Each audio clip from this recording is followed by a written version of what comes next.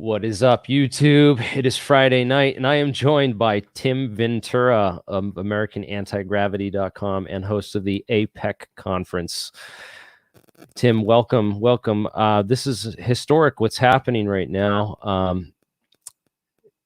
The APEC conference has pretty much gone mainstream. The debrief article was published on September 22nd.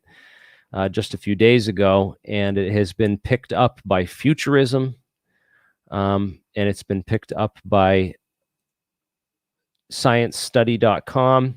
So a lot of these other, news, science, underground science news sites are picking this story up. It is getting more exposure, and you said that recently the membership registration has gone up for APEC.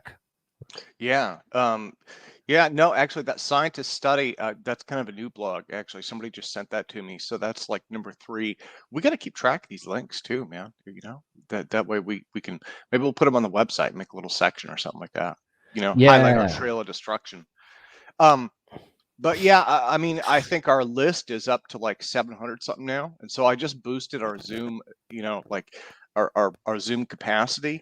And we're doing meetings, and if it gets hard to manage, I'll switch from Zoom meetings to Zoom webinars. But the thing that I like about the meeting is it's really flat, right? And it's egalitarian. So it's like I'm moderating, and it's my meeting, but it's not like a webinar where you've got a few people in charge and everybody else participates. So I like it being more flat. I guess the question is just how many people attend, and can we manage that many? We'll figure it out. Yeah, this is great. You're thinking big and thinking forward, because as this coverage continues to reach, we're going to get more physicists who are interested in joining the discussion and joining the club and talking about this stuff. Some really cool science that gets discussed. What do we have in store for tomorrow? Yeah, so tomorrow we're starting out with Mark Fiorentino. He's been on the conference several times, many times, and he has what's called super relativity theory. I think what pushed him off the fence was we had Jack Sarfati on last week, right? And we got really good feedback on that on YouTube. And so since Jack was on, Mark's idea is on kind of a similar theme, I guess, a similar thread. And so I guess that kind of pushed him towards presenting his finally. And then after that, we've got David Perez. I'm probably not pronouncing that right. And that's the Perez. Perez. I think I don't know. Yeah, the variable electromagnetic drive. And actually, his associate Kyle Finley reached out to me early in the week, I think, and said, "Hey, we want to come on and present." I was like, "Okay, sweet." So we've got those two, and then we have Todd. And Todd is awesome. I'm really excited to have Todd back on. He has kind of a short one, spin stabilized magnetic levitation. So basically that's the Levitron, right? And he felt like that was important. He's like, "Can I squeeze that in?" I'm like, "Yeah, oh, okay." So then there's that. And then the thing that I'm excited about is so Mark Sokol packed up his bags, went to Arizona, and he's going to be broadcasting live from the Interstellar conference, right? Yes. So yeah, I have no idea what'll happen, but you guys went to Tesla Tech, that was like a month ago now. Yep, I learned some lessons on that trip about the mobile media broadcasting and from a remote location and stuff. And I recorded a lot of footage that I still need to go through, and I think I'm going to save it for next year to promote the conference once it gets a couple months ahead of time, and just so it's fresh again.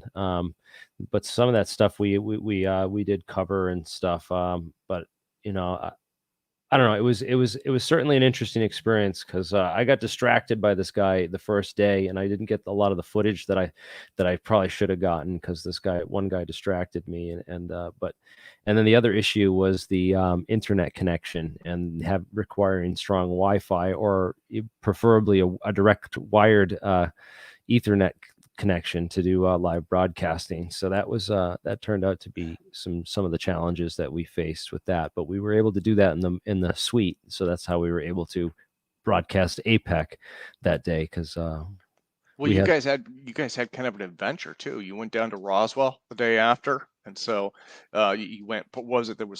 He was buying parts, right? He went to the salvage for parts at the, I think it was Los Alamos Salvage, or one of the companies that does salvage for him. So there was a whole Yeah. lot that happened with that one. Now, my feeling is Tesla Tech is kind of like a little bit more out there than our conference, and then Interstellar is probably a little bit more mainstream. So it's probably a good offset. It'll be interesting to see kind of what the mood is, if Mark can kind of read the room while he's there and say, where do we fit in terms of all that? Yeah. It's great that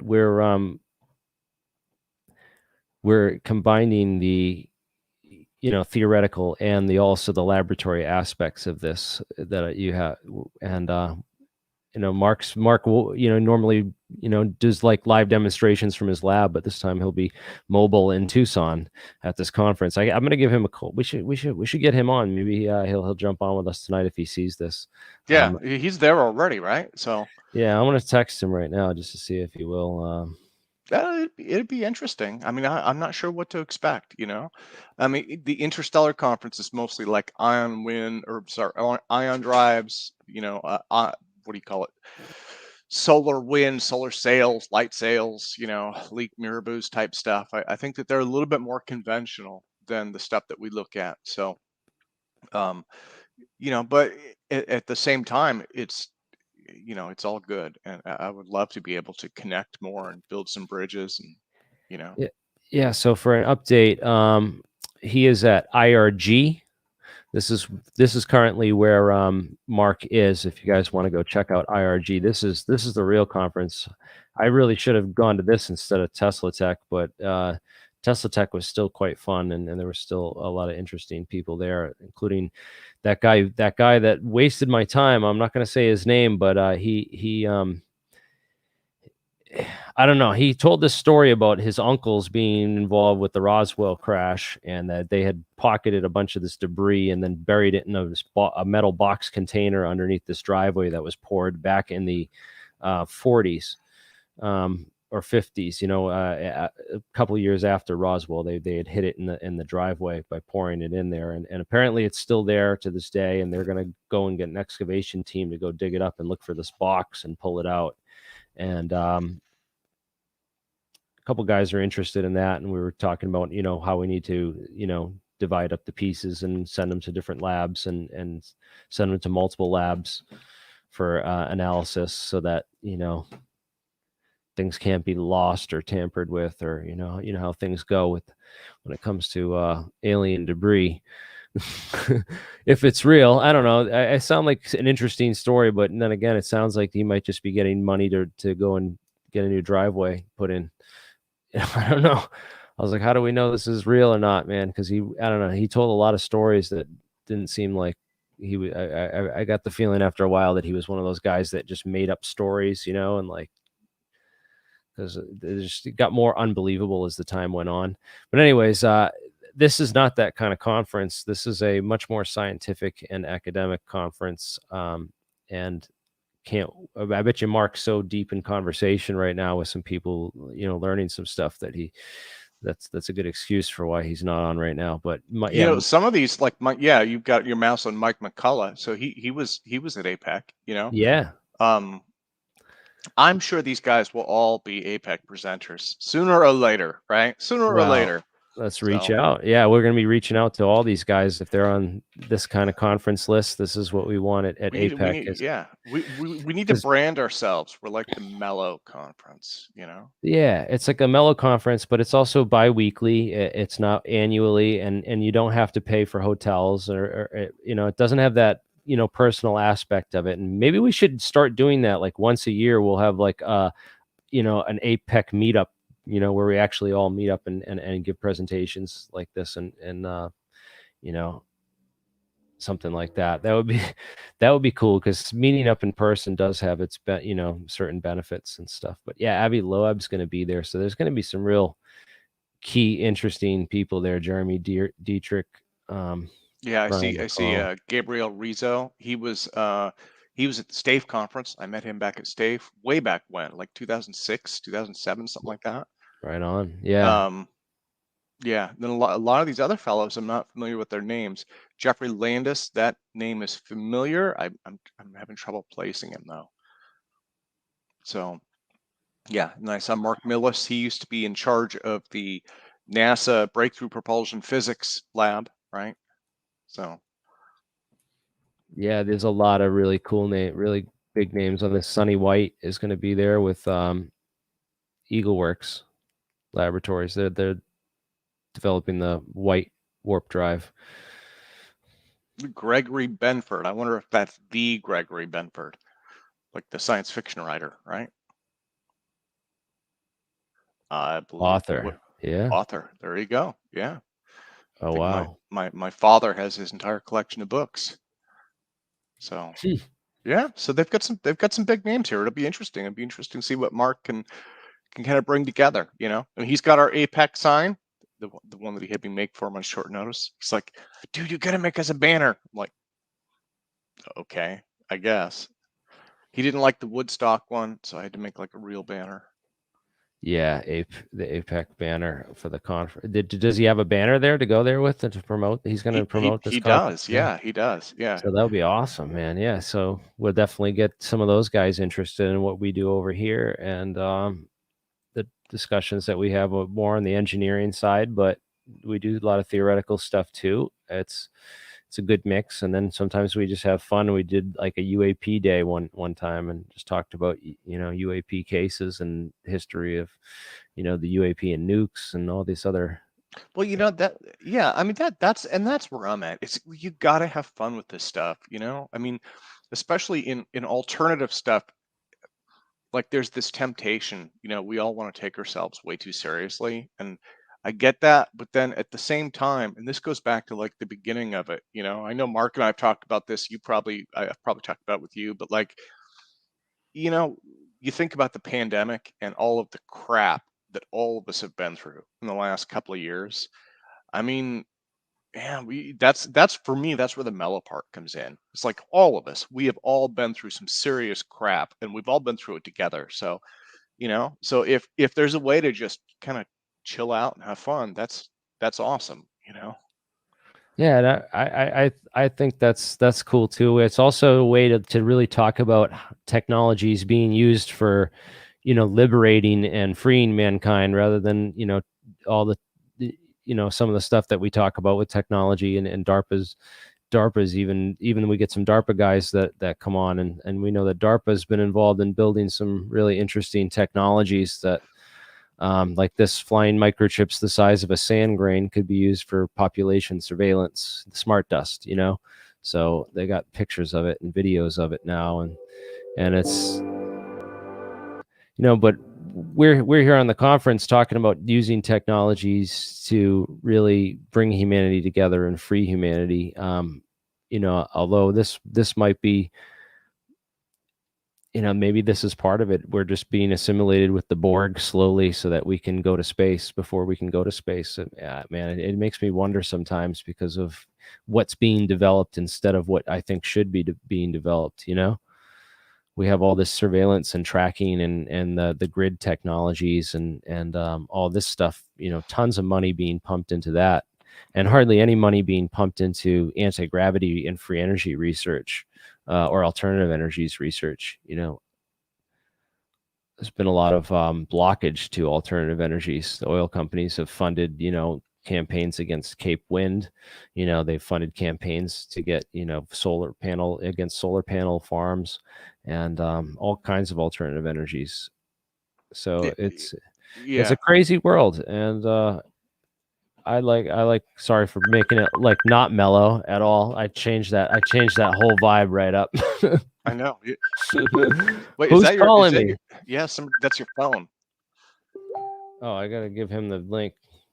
Oh. Someone's calling me on Facebook. I'm gonna give him the link if he wants to join. But I gotta there's a lot going on. Fusion is interesting. I just saw 2-3 really big stories about fusion, right? In the last I don't know, the last couple of weeks. And that's interesting. I mean, they're getting closer and closer to fusion, it seems like. I mean, they're there, right? It's like how many seconds can you stabilize it for and all that stuff. Is it the hot fusion, the tokamak reactors? Yeah, yeah. Yeah, they've been saying that for a while. I don't know how are they really getting close to it now though? It was, yeah, it Let was. me find this What on was this. it? 17-hour goes. Oh yeah, magnet protects spurs tokamak fusion development. Oh yeah, they got this magnet that's so strong it can lift an airplane, you know? Or they were talking about this magnet that the new magnet that they built for this. I remember reading something about that. Yeah. Yeah, I think This yeah, is it I right think here, 2 those are. days ago. This is it. Yeah, well, and there were a couple.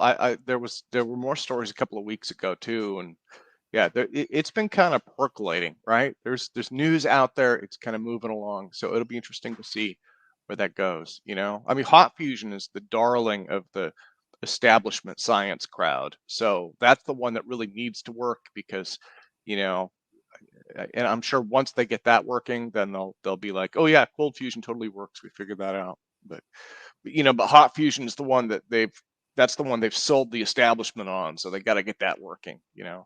And I mean, I kind of look at it like at this point, whatever works. I mean, we really got to get away from the oil. Yeah, we That's could be on a grid of sustainable fusion would definitely, it would make it would be a instant overnight, solution. And if we could set those up all over the world, then it would save so many problems. But the technology in developing it has been, quite a challenge. But these new super magnets, I guess, are paving the way. And yeah, good. Yeah, I'm in that agreement too. Anything to really replace the current paradigm, so that we could be running on, because I envision the future is going to be completely different. People don't understand the transition that's taking place fully. Because I talk about this with a lot of the people that I meet and stuff. But we're going to be living in a society where there's going to be cars that will drive you everywhere, and it'll be all electric run and batteries or remote or even wirelessly powered vehicles. I'm just No, looking here. I'm just looking. I'll chat this to you. people have no idea. There we go. The e-hang. I'll send you the e-hang. So one of the things that interests me is I started to get really excited about electric vehicles, like 5 years ago. And that puts me way behind the times, right? Because I mean, I think Tesla's, the vehicles themselves are over 15 years old or something like that. Um, but to see it in a small scale, even if it's on the road, it's kind of like a toy still. I would say in the Hmm. last 5 years, around 2015 for me, I think that era is where it was like, okay, this is real, this is catching on, right? I'm seeing Hmm. more and more of these things on the roads. So if you have fusion They're gonna have reactors. they're gonna have lanes of highways that are just like a designated lane for these things that will be on out of air traffic. Yeah. That's how it's gonna be. I can see the future of this too. Yeah, they're gonna have, and this is gonna be eventually replaced by the technology that we're talking about developing at APEC. Yeah, see, so this e-hang, the reason I sent this to you, I mean, it certainly isn't that pretty, but this is kind of like what's next after electric cars, right? So Tesla is today. I mean, and I think that's big because for decades they said, oh, we'll never have electric vehicles. The oil companies won't let it happen. It's like, well, they're here. They're driving around the roads. And once we have stuff like fusion energy and solar and wind, I mean, they help with that too. But because it's not internal combustion, it makes that whole infrastructure a whole lot easier to deploy. And I think that it will transition from being just like Tesla to, you're going to start to see like electric semi trucks and this whole electric infrastructure that'll come out. I think that Hmm. you're also going to start to see things like this e-hang. I think that's kind of what's next. And I would bet you we'll start to see more and more of these probably in the next 10, 15 years. Yeah, it will start with this medical aid. It will start with like ambulances, like med flight. This is way more effective than an ambulance, and if it lowers the price of med flight, for helicopter transportation, then it would be. But yeah, my understanding is, with current batteries, these things have something like a half-hour flight time. So like it's similar to a small drone, and a half an hour kind of sucks. Now, if you're like some kind of rich guy commuting, like, I mean, in Seattle, there are people who would totally use this to commute across the lake. They would spend a couple $100,000 for one of these. So there are people who would buy this already, and they only need half an hour because they're going from point A to point B, and they just want to get around traffic. But right. like for the rest of us, it's going to take maybe 10, 15 years for the batteries to catch up with the vehicle. And you get it up to an hour, 2 hour flight time or more, right? And all of a sudden you can start to use it for real stuff. So,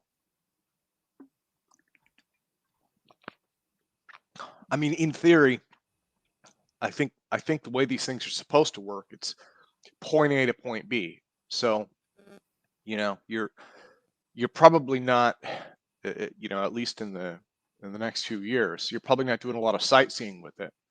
If you've got, hour or 2 hour flight time, it's still going to be point A to point B.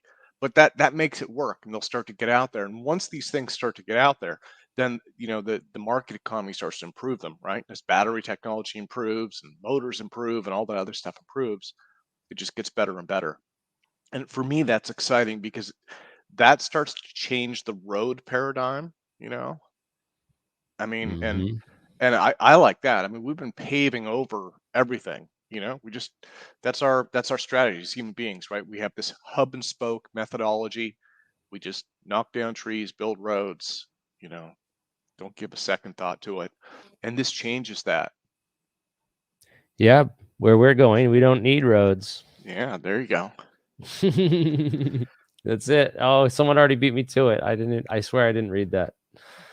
There's little stuff to this too. Like one of the things that, again, this is kind of interesting is our the way our cities are designed, and like the way stores are placed, real estate prices, all of these things depend on this hub and spoke road model, and if you have vehicles that are point A to point B and they go through the air and you don't need the roads, then you start to see a lot of little things that can change. You get a lot of degrees of freedom.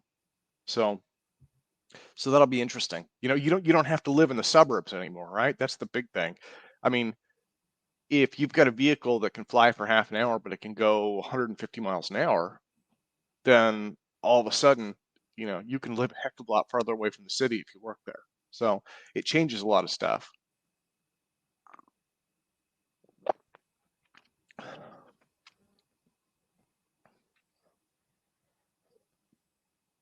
Oh yeah, changes everything. Sorry, you're distracting me with the movie. Luc Besson, right? I think he was he was the director for this one.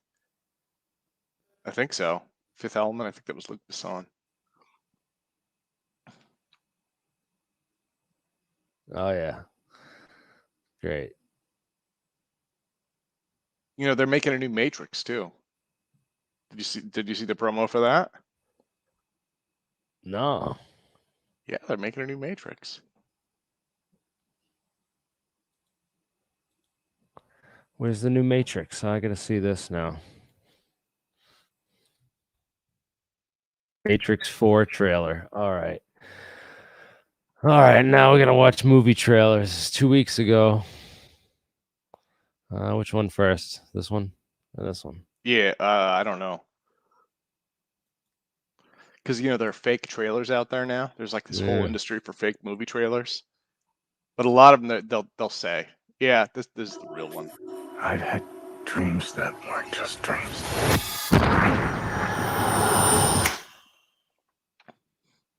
Am I crazy? We don't use that word in here. I'll use that word. He's crazy.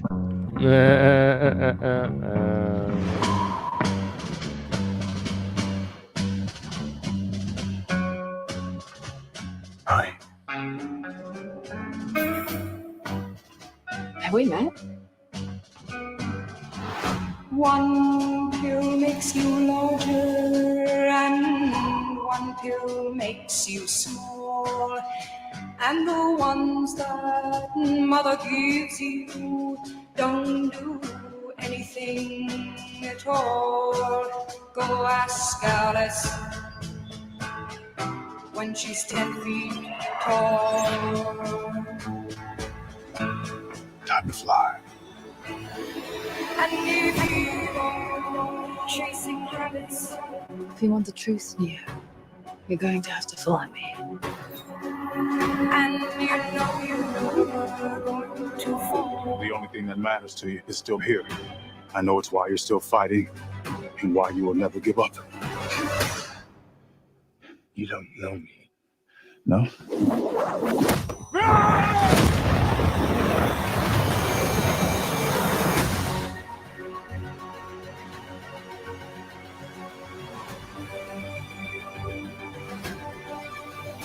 When logic and proportion have one and so be dead, and light is talking backwards, and the queens are overhead. Remember Yes. when the dawn said, feed your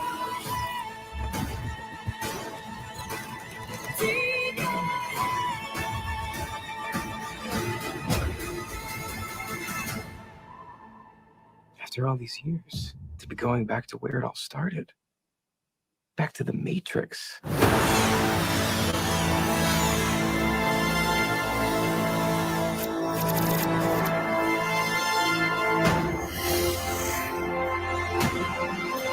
Yes. So I don't have That's any pretty real epic. I don't have any real spoilers, but what I read was okay, and it's hard to tell how much of this is real, right? But supposedly the Neil guy that he's talking to, his psychiatrist there, if I remember right, he is one of the agents. I could be mistaken. What was the other part? He's a video game programmer. The Matrix was his video game trilogy, supposedly, but then it's kind of like, okay, it's more than a video game. It was really real. So he's and I think there's this thing about maybe he's not the original Neo, because I think it's supposed to take place decades after the actual Matrix series happened. And then what else was there? There was a couple of little things, but so it's going to be different, and I guess that's good. But they're also saying that it's kind of a soft reboot. I guess that's the big takeaway. I read that in a couple different places, right? So basically, a soft reboot, I guess, means they're telling the same story, but it's not, it's not a one for one, right? They're not remaking the Matrix. They're kind of like redoing it with the acknowledgement that the first one is part of the film canon or something like that, kind of like what they did with the new Star Wars, the last three. Huh.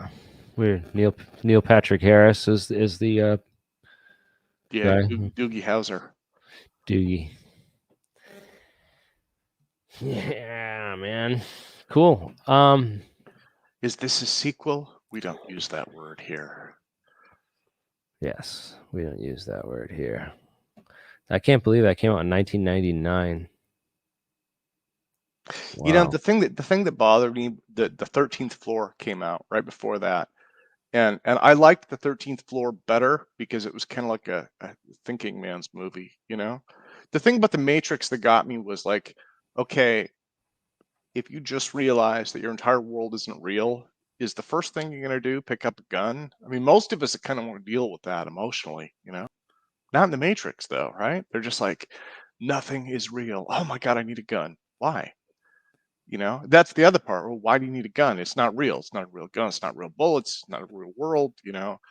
Parents aren't real. You're not eating real food. You're like, dude, you don't need a gun. You need like therapy,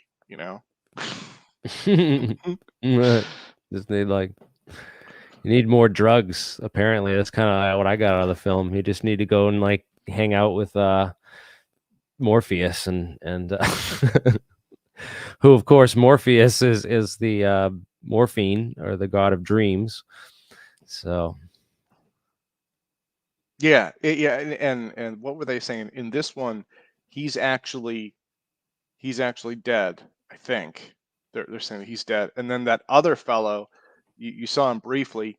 He's supposed to play the new Morpheus, but that Morpheus is actually an agent, but he may or may not be a bad guy. I don't know. So it'll be interesting, man. It will be interesting. So people can find American Anti-Gravity and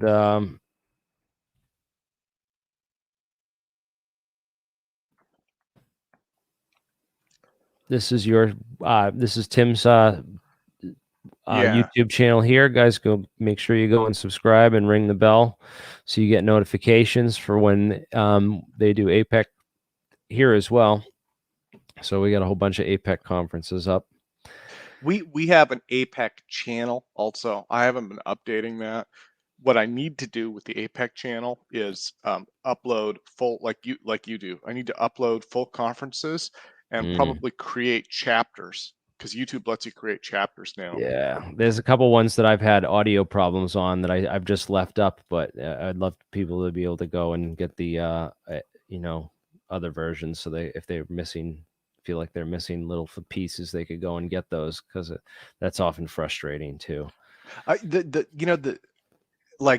So you live stream, right? You go right live to YouTube while it's happening. There's like a 10-second delay, if that. And then you have a massive audience. I mean, it's all over the place instantly. You're rebroadcasting, and then it's raw, right? It's like what happens goes live, Sometimes that's unfortunate, but that's kind of the way this stuff works.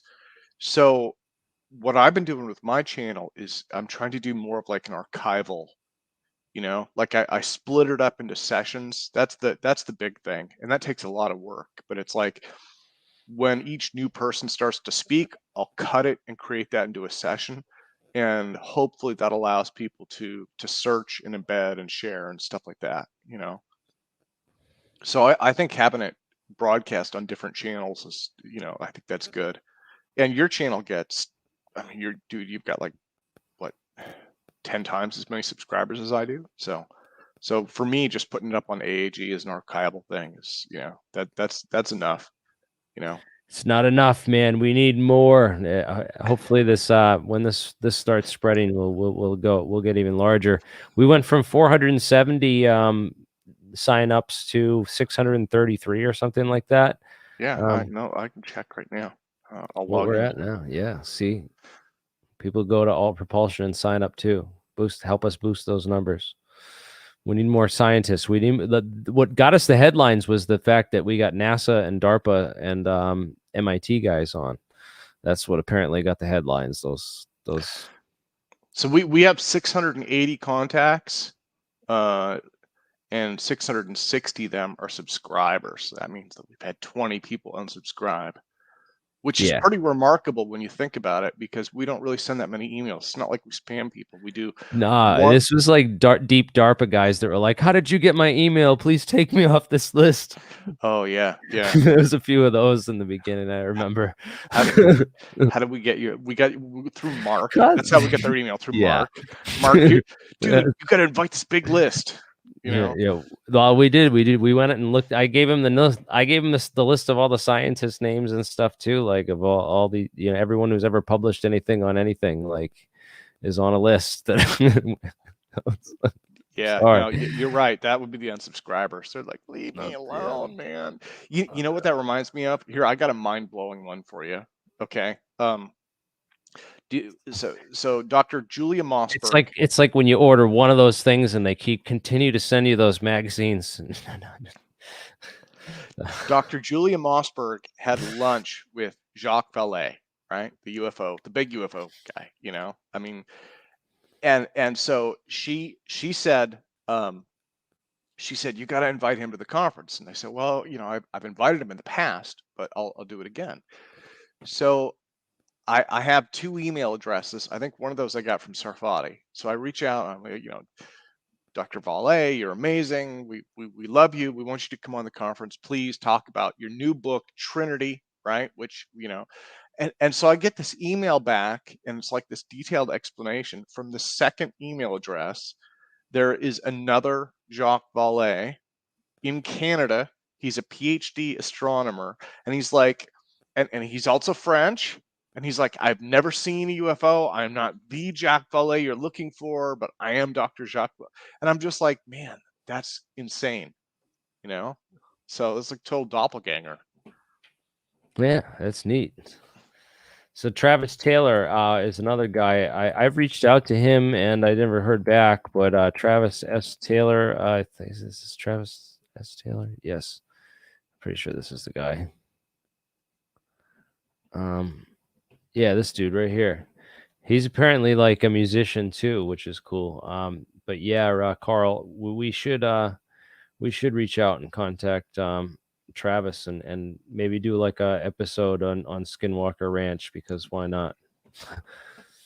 We'll get a bunch of scientists on to talk about anything that they know of that can replicate these phenomena that people are seeing. How do we open portals, Travis?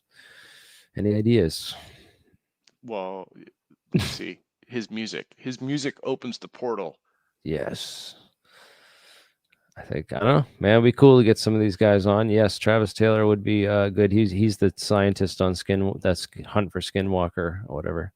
Yeah. So yeah, no, I'd love to have him on. The Skinwalker Ranch thing, I don't know. Who was it? Somebody was saying that they think Skinwalker was. What were they saying that? I think it's electronic warfare range. It's a testing range that they used to have one out at Camp Hero. On Long Island, which is what the Stranger Things, that whole thing in Stranger Things is based upon. This is one of the transmitters that they had, but they did a lot of experimentation on electronic warfare. This was all under MK Ultra Project 68, and there's a bunch of documents on it, and I think that they moved it to another location to be more discreet about it. And they picked Skinwalker Ranch because, the Air Force knew that place had a history of all these weird stories of, it already had weird stuff happening there and phenomenon happening there. So, it could go undetected under the guise of that stuff. And a lot of it was, I mean, they did a lot of the preliminary research here though. And it was, done on people in Long Island, supposedly. Well, there you go. But there's probably more that we don't even know. But in any case, there's if people want to look this up at ncirp.org, I think it's called.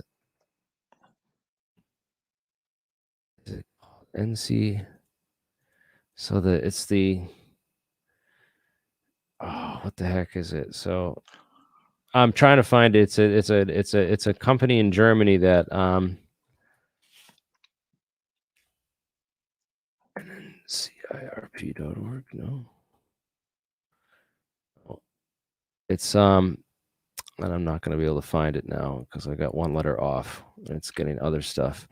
But it's this database of all the frequencies. I've covered this and other things in my whole video on the 5G and the 5G conspiracies. I went and covered all this. So if you go look up that, you can learn more about it. But anyways, I don't want to get too much too sidetracked and distracted on that stuff. But yeah, that's what I think that Skinwalker Ranch thing was. And that's, and I would love to test, Travis Taylor on his knowledge of that and also other things, Yeah, there you go. Yeah, I don't know. I mean, I've heard the stories just like everybody else. Like what I had heard was the person who owned it, I think Bob Bigelow owned it for a long time or something like that, and he basically he wanted to see weird stuff, and they were saying that the people that he hired basically made it happen, right? They fulfilled his wish, which is kind of a polite way of saying, fraud, I guess, of some kind. But so that's maybe I don't know. But Pentagon scientists have finished testing on an early weapon that can make laser plasma balls talk. Stop! or we will be forced to fire upon you. It's called the laser-induced plasma effect, and it's made by the Joint Non-Lethal Weapons Directorate. So what they've done is basically created a laser that can shoot out to a certain distance, and they can pipe in sound waves through it, and actually make human voice sounds and commands. Stop, or we will be forced to fire upon Now, where this becomes useful is around an area where you want to keep a perimeter secure. So essentially, you can shoot out this laser. You can then talk to the people on the edge of the perimeter rather than sending troops out there and tell them to get away, or you're going to shoot, or get away, or they're going to use other means to deter them. And that same laser can be used to actually target the individual and create heat through pinpricks, like microscopic pinpricks in their skin, even beneath clothing. It's extremely uncomfortable, and people move out of the way almost immediately. At the same time, the exact same laser is also being used as kind of a never-ending flashbang grenade. It can basically, with a power source, it can constantly create audible effects to deter and confuse and disorient people, just like a flashbang grenade that you would have in your kit, but would only be able to flash once, maybe twice, depending on the design. Now, it's still a few years away. They just finished testing to get the audio portion through the laser in a laboratory setting this year, but they expect to have a fieldable version within the next 5 years that troops could use to protect different areas or put on mobile platforms to disperse crowds or use it in a non-lethal way in theater. Yeah. So I've heard people mention that maybe UAPs are this, right? Where you've got like, there are different ways to do it, but basically you have a laser beam that's intense enough that it's almost on the edge of creating a plasma. And then if you use two intersecting beams where they intersect, you can boost them and create a plasma. And if you can create a plasma in a space in the air, right, then you can really rapidly make it vibrate or modulate to make a voice, or you can create a ball of light in the air. And so I've heard different people say, well, that's what UAPs are. But I look at that video as proof that no way, you know, when you look at where that's at, I mean, there's a giant difference between, you know, a tiny little speck in a lab and, you know, what people actually saw in terms of UAPs. Right. Yeah, I agree. But I think there could be some relation here because there is some physics that's very interesting. This was a couple days ago on PBS Space Time, and it was you guys should definitely go and watch this whole thing. It's 20 minutes long, so I'm not going to play it here and watch it here, but definitely go and watch this. It says how electron spin makes matter possible, and he talks about it's basically like, he does, without saying it, he shows that, you know, spin is what causes matter to makes matter possible. Yeah, electronic spin makes matter possible. That's the title of the video. But without saying it, this is the Alzafon experiment in reverse. You know what I mean? So if we can arrange those spins, then we make matter not possible. I mean, what happens if we take electron spin and we do the reverse effect and you know, unflip all these things? I think it's really telling. We've been pushing a lot of the people that I'm talking to in this community. We've been pushing guys like PBS Space Time to investigate these particular topics, and this is helping with disclosure as well, because it's helping the scientific community realize, oh hey, yeah, electron spin does make matter possible. Oh, you know, so this is like priming them. So when they come across things like Alzafon, it's like, oh yeah, hey, this could make sense if we were to, you know, use the electron spins to you know, change the states of matter to create antimatter, or just eliminate the mass effect of matter. This is what we've been searching for and talking about. So another thing that was super interesting, entangled light creates mass. So this was a new article I saw. So this was one. Oh, this was an old one from 2018. But there's another one. Photons entangle to make a new form of light. Yeah, this is the one. No, this is old as well. I thought there was another one that was new. About in these they created this new form of light where they entangled a bunch of light and they found that it actually affected mass or matter. It literally warped the space time through entangled light in this region. So I'm trying to find this. That's interesting. So one of the people that we've invited, and he said yes for the future, is Dr. Eamon Ansbro. He's from Ireland, and he has a big paper, and he's done a lot of work on instantaneous quantum communications, right? Entangled particles for quantum communications, and that for me, that's really interesting. Also, I mean, What's his name? How do you spell it? I believe it's Dr. Eammon Eammon Eammon Ansbro Ansbro. Try that. Yep. Yeah. There you go. Oh yeah. Yeah. So I'll give a shout out to Remy Cornwall. Remy recommended him. Remy's like, you got to have this guy on. He's brilliant. So Interesting.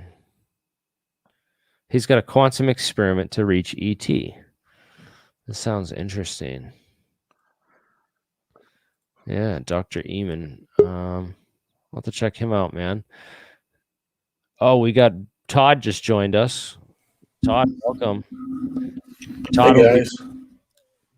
Todd Oh, will be presenting tomorrow. he just appeared. He just appeared on the screen. It's like he beamed in. Yeah. And Todd has been very quiet lately too. For a while, I thought he was dissing us. He's like, too good for you guys. But we brought him back into obsessed. You've been obsessed? We brought you back into the fold now. Too many things on my brain. You sound a little tired too. Are you feeling Oh okay? man, I've been going at it all day. I got my Graviflyer half built. Oh, there you go.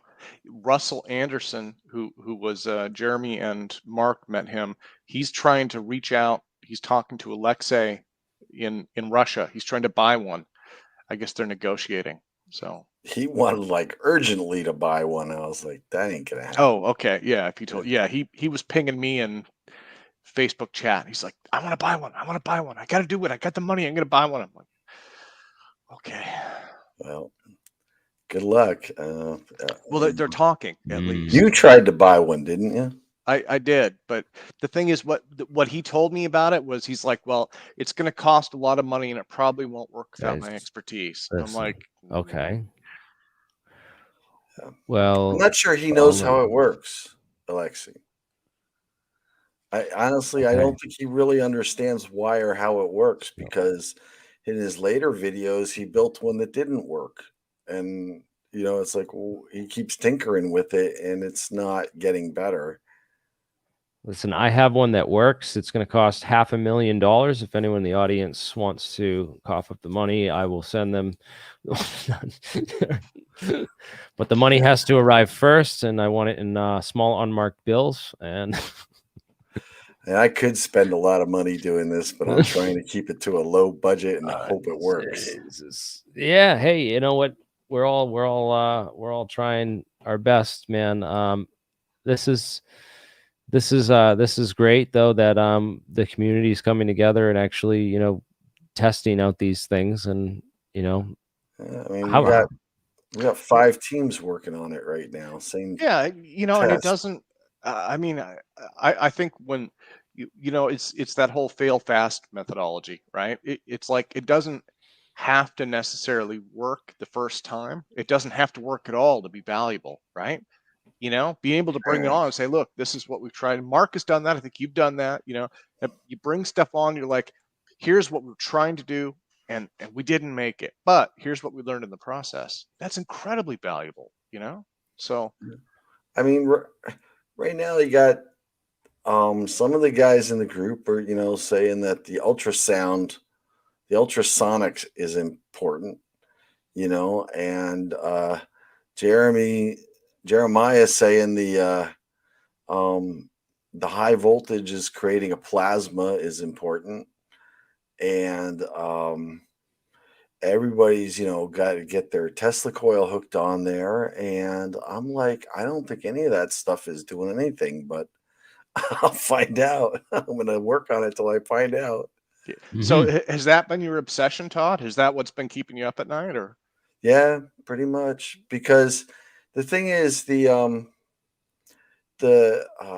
Tesla coil, for example, Alexei has a video where he shows exactly that if he touches, like he's showing the Tesla coils hooked to this little metal grid, and he's got a fluorescent bulb, and if he touches the grid, the bulb goes out because he's shorting out the output of the Tesla coil, because it's not a hardwired circuit. He's just laying the wire in there, right? Okay. But yet, so he showed physically that if he touches it, he's shorting out whatever charge he's bringing out to the graviflyer disk. But yet he's got several videos where he touches it while it's flying, and it doesn't stop it from flying. And he had, I've seen that one, he leans over it, it's like on his Yeah. chest, and he's rotating around, and I was thinking that, I was like, doesn't this have like a high voltage right now? With the Yeah. Tesla coil, with a lot of them, you can touch the Tesla coil and it won't shock you. You know, if it's But the it right grounds it frequency. out. It does ground it out, yeah. Yeah. So how could that have any real effect if it's still flying without it? You That's know? yours. That's you, right, Todd? Yeah, that's me. I just posted that today. Yeah, that's much higher quality than his. Yeah. You It's could Ricky. you could thumb your nose at him. It's Ricky. It looks nice. But His see, is it like shakes. his is just duct tape starting and up. chewing gum wrappers. So Yeah. No, I just got some cheapo plexiglass and I cracked it for drilling the first hole, but all the rest of them came out okay. But what I'm showing there is like if I spin that disc with the magnets, it drags the other disc around. So like and I'm trying to find ways to make this thing lighter. Hey, Hey, Jeremiah. Jeremiah. all right. Nice. Do you have a beard? Is that a beard? I haven't shaved in a couple days. That does look nice. That motor is great.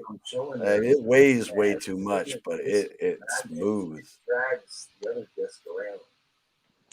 Is that the same kind of motor he's using? It looks like he's No. using almost like some kind of a sewing machine motor or something. Yeah, his original one was like an AC fan motor. It ran on AC power, and then he switched to these fans. He switched to these fan motor that are DC, so he could run it outside, I guess. I'm still looking at Jeremiah's beard there. We'll have to do a poll. We'll do a public opinion poll. Should Jeremiah grow out a goatee, or should he stay clean shaven? Unfortunately, the poll's not open for discussion. My girlfriend made it pretty clear. She wants me to shave. I've just been lazy. There are reasons for that, obviously. No functional reasons, but I'll shave.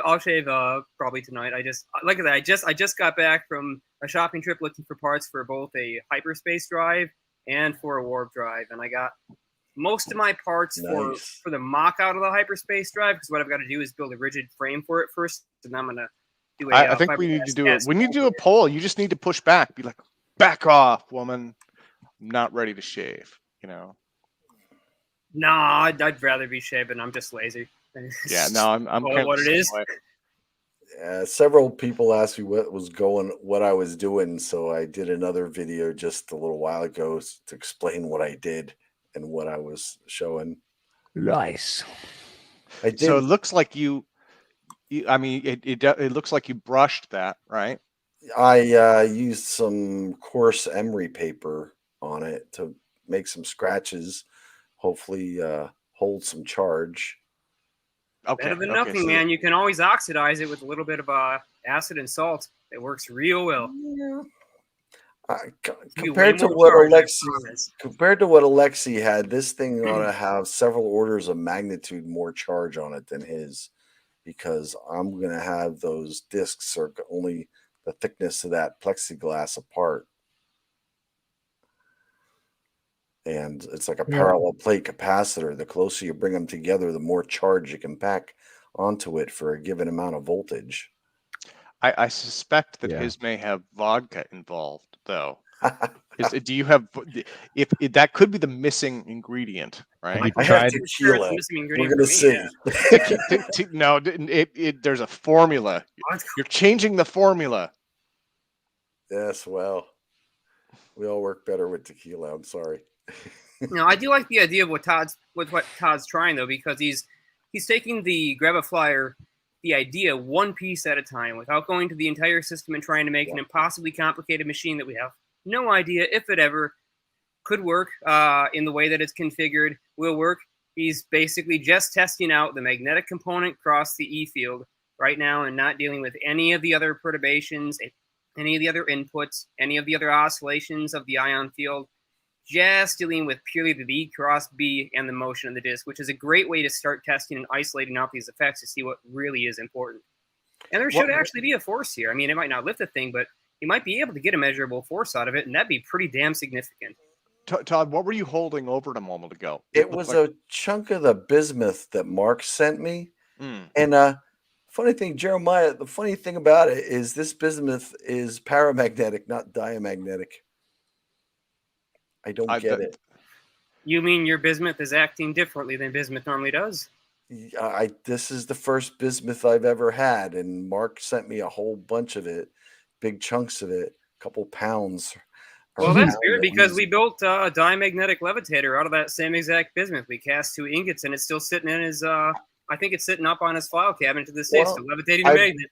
I brought a magnet close to it, and the magnet was attracted to it. Didn't repel it.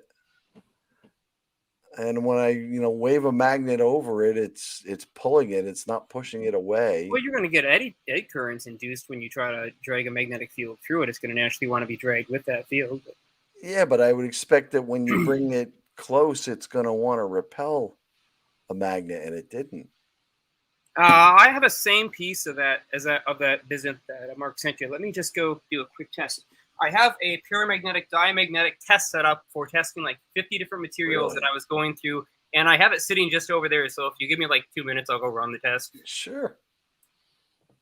I'm looking at your drill. Yeah, I'm just showing Todd's videos. Well, I broke the top one. The other 2 came out fine, but just before I hang it, I'll kind of show you real quick. So if the material is diamagnetic, it'll be pushed center of these 2 magnets, and if it's paramagnetic, it will twist to touch both of them, so it'll turn sideways. It's a really simple setup. So if it's diamagnetic, it'll go like this and just try to stay center, and if it's paramagnetic, it'll try to align with the magnet. So give me just a second. That's the test setup. Wait, did he take over our? He took over our screen. All right, there's the business. Stuck now. You did what?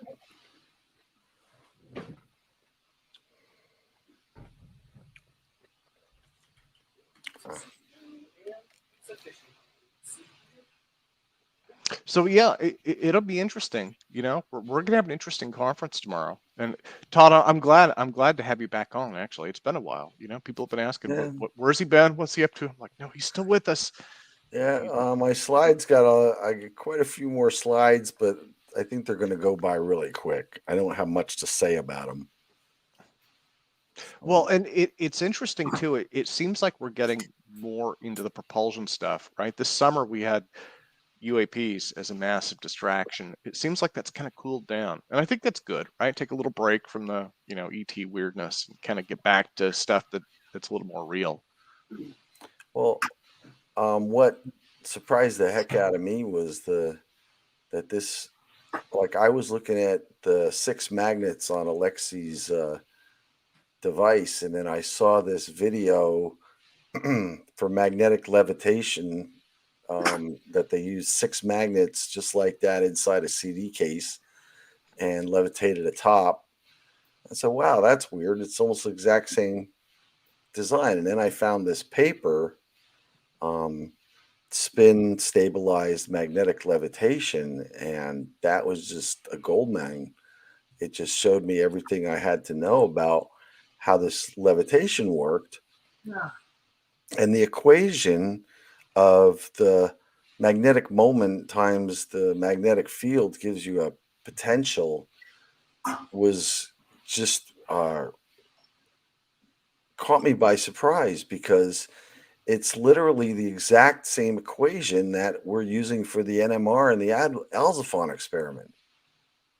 Well, It's there you go. not a different thing at all. It's exactly the same equation that gives us the force in Alzaphon and in my NMR experiment, except it's big. It's not small, it's big. Yeah, I got one of those. That's what I got. And I never could really get it to work. You know, I couldn't get mine to work well either. They say it's got that little ring. You can barely see that ring around the top of it, right? And you're supposed to stack those rings, and that will change depending on the Earth and the Moon cycle or something like that. Did you read that? Yeah. I never I got mine just to. think the magnet in there was the ring magnet in the one I got is not up to snuff. It's not Cheaply strong made, enough. and yeah. You know, it's really weak. I can feel where it should be, but it won't. It don't hold it up, and honestly, it's really hard to get that top to stay spinning. I don't know if it's just the ambient magnetic field around here tends to drag it, tip it over, or what. But They live close to power lines. Yep, all the way around me. Zap, zap, zap. Yeah, well, that would be cool. That's cool that it's sensitive to the perturbations from the moon, even, and from the moon would be understandable, but even from other planets and stuff. That was when that came out. Remember, those were really big back around like 2003, 2004, something like that. And I remember somebody did a big demo on it, and they said that's what that little, you can see that little black ring right up at the top. They said it comes with different weights. I vaguely remember that. I had no idea, right? There's like 4 or 5 different weights. Yep. Little I'm like, brass okay, washer things. I'll try this one, you know. But that behavior is just the way Alexei's flyer behaves. And if his is more stable, though. It's even more stable, right? Because of the angular momentum, the gyroscope effect is so much bigger. But one of the questions that I had was, you know, what role the cabling plays in that, right? Because that cabling is going to help, like, it'll help prevent spin, not a lot, but if there was a gentle torque, that cabling might help offset the gentle torque. You know what I mean? A real torque would just twist the cable, but and then it may help steady it. It may help keep it straight. And again, that it won't do a lot, but if it's just kind of a gentle push one way or the other, it'll. So I kind of wondered, when that thing takes off, I'm looking at the cable going, is the cable helping keep it aligned? And maybe that's what's missing from the Levitron. I think the cable is keeping it from twisting. It's keeping it from, you know, turning. But as far as it going up and down, it seems that either he's controlling the speed or he's controlling the voltage, but whatever he controls, it controls the height. And it tends to pin itself to a specific height depending on his settings. I mean, once he gets it at a certain height, if he pushes down, it comes right back up, you know? So I'm thinking that maybe, in a sense, he's using, okay, remember my whole theory is based on there being a similarity between the precession of, you know, the subatomic particles and their mass Compton frequencies, depending on a background magnetic flux. And so if you have a background magnetic flux already, and you're creating this levitation spinning disk, is it possible to create a magnitude of the magnetic flux that will support itself using the Earth's, you know, inherent field that I know is there according to my model? So using that field and this technique, you know, can you make it float? And apparently Alexei's figured out a way to do it. So In a sense, Alzaphon is the same exact thing, because in this you're spinning it, and then you're putting the magnetic field through it, and that generates a torque that will cause the electrons and protons in the material to align. So it's really the same exact experiment. And then what really threw me for a loop is it's this mu dot B equation is exactly the same equation that I came up with in 2003 for my electromagnetic warp drive. So it's all related. Full circle. Almost 18 years. All right, so here's the same piece of that bismuth that Mark sent you out of that big old ingot, melted it down. And here is our magnet set. So let me just get that generally. Wait a minute. Wait, I see fishing line there. I see the fishing line. I see fishing line. Oh, you're so busted. So it's not levitating. It's indeed hanging from a fishing line. But we can clearly see that when it gets in between the magnetic field. Man, I feel so cheated emotionally. We'll rotate it around, and you can see it's paramagnetic. It might be mildly paramagnetic or not, but it's so diamagnetic that even though there's tension on this line, I can still keep it locked and repelled away from those fields. And I'm kind of winding it up right now just by using the diamagnetic repulsion. So when I remove that away, I'm sure it's going to want to backspin. Yeah, but if you bring it up to right up to one of those magnets, does the magnet want to stick to it? I actually have a different setup specifically for that, and it's designed to test exactly that. Just 1 second, and I'll throw that on the bench. Okay, so here that is, and then oh boy, got the same problem I got. They're stuck together. Those are intentionally stuck together. So what I'll do here is I'll go ahead and place this so that it's just barely touching the glass, and then move the glass away just ever so slightly so that we can see sort of that gap in there. Let me drop the tripod down to an angle so we can get that a little closer up in there. Take a look at a good side view angle.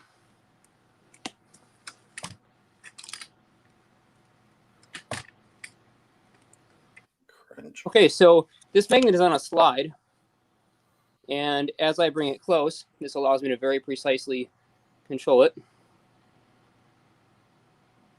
So let me drop this down and align it with the face of the magnet. There we go. That should be about the right height now.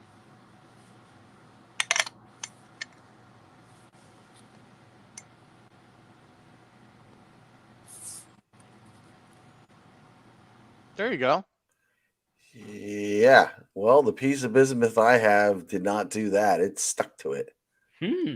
Oops, I bumped the glass. Let me pull that back. Maybe it's got iron impurities. Yeah, maybe it has impurities in it. It's diamagnetic enough to actually push it off of the glass against the force of gravity. So yeah, not this one. Not this chunk I got. But obviously, you know, if I turn the crystal and it hasn't been melted. So we can see also here, and I'll show you, you know, the eddy current demonstration. So we can see that, you know, I can drag that thing along with the magnet pretty well.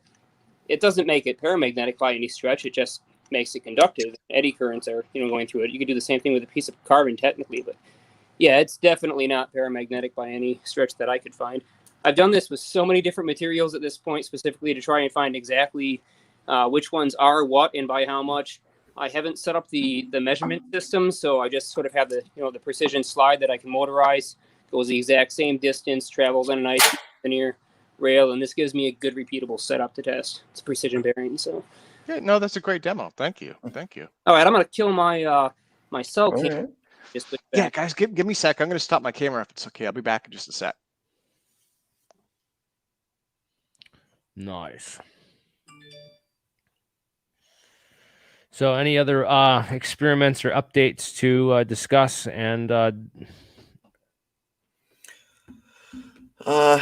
no, this is the one I'm working on. I want to take this thing apart piece by piece and, see how it works. And if this does validate my model or doesn't it?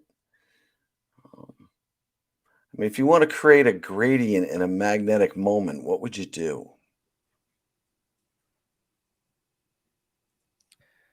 The gradient in the magnetic moment. Yeah, what would you do? It's a good question. I guess I was muted. Sorry. Yeah, you could change the field intensity. You could change the relative position of the field in comparison to something else. Your magnetic moment that's being generated by motion will have a gradient anytime it's passing past something and it's not a completely uniform field. So obviously, if you rotate some Helmholtz coils, you're going to have a hell of a time generating a gradient magnetic moment. But you've got magnets on a disk, so you shouldn't have any problem at all.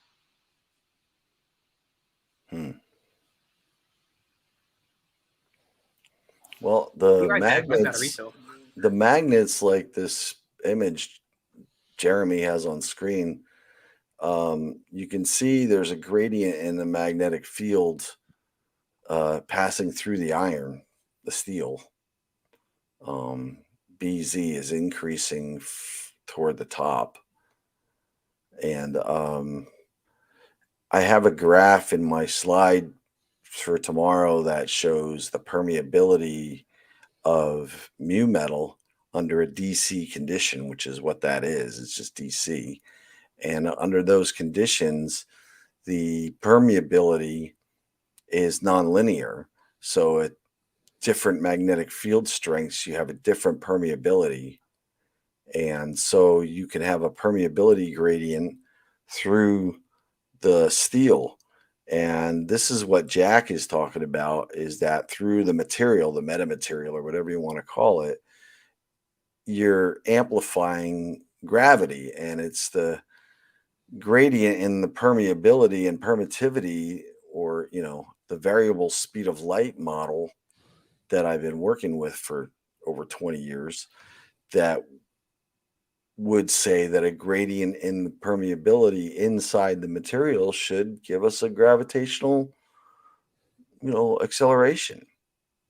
So if that's the case, what we need is the magnetic moment, which you get by charging up the disk and spinning it. We'll see. Yeah, I like it. It's worth a shot. Anything's worth a shot at this point. I mean, he goes out of his way to show that, he's not faking it. So I don't know. Right. My original impression was it was fake, but a lot of people have, come to believe that it's not. And when he seems to be trying to show people it's not. So it's not being held up from above. It's not being held up from below. There's nothing all the way around it. And yet it sits there like it's magnetically pinned to that spot.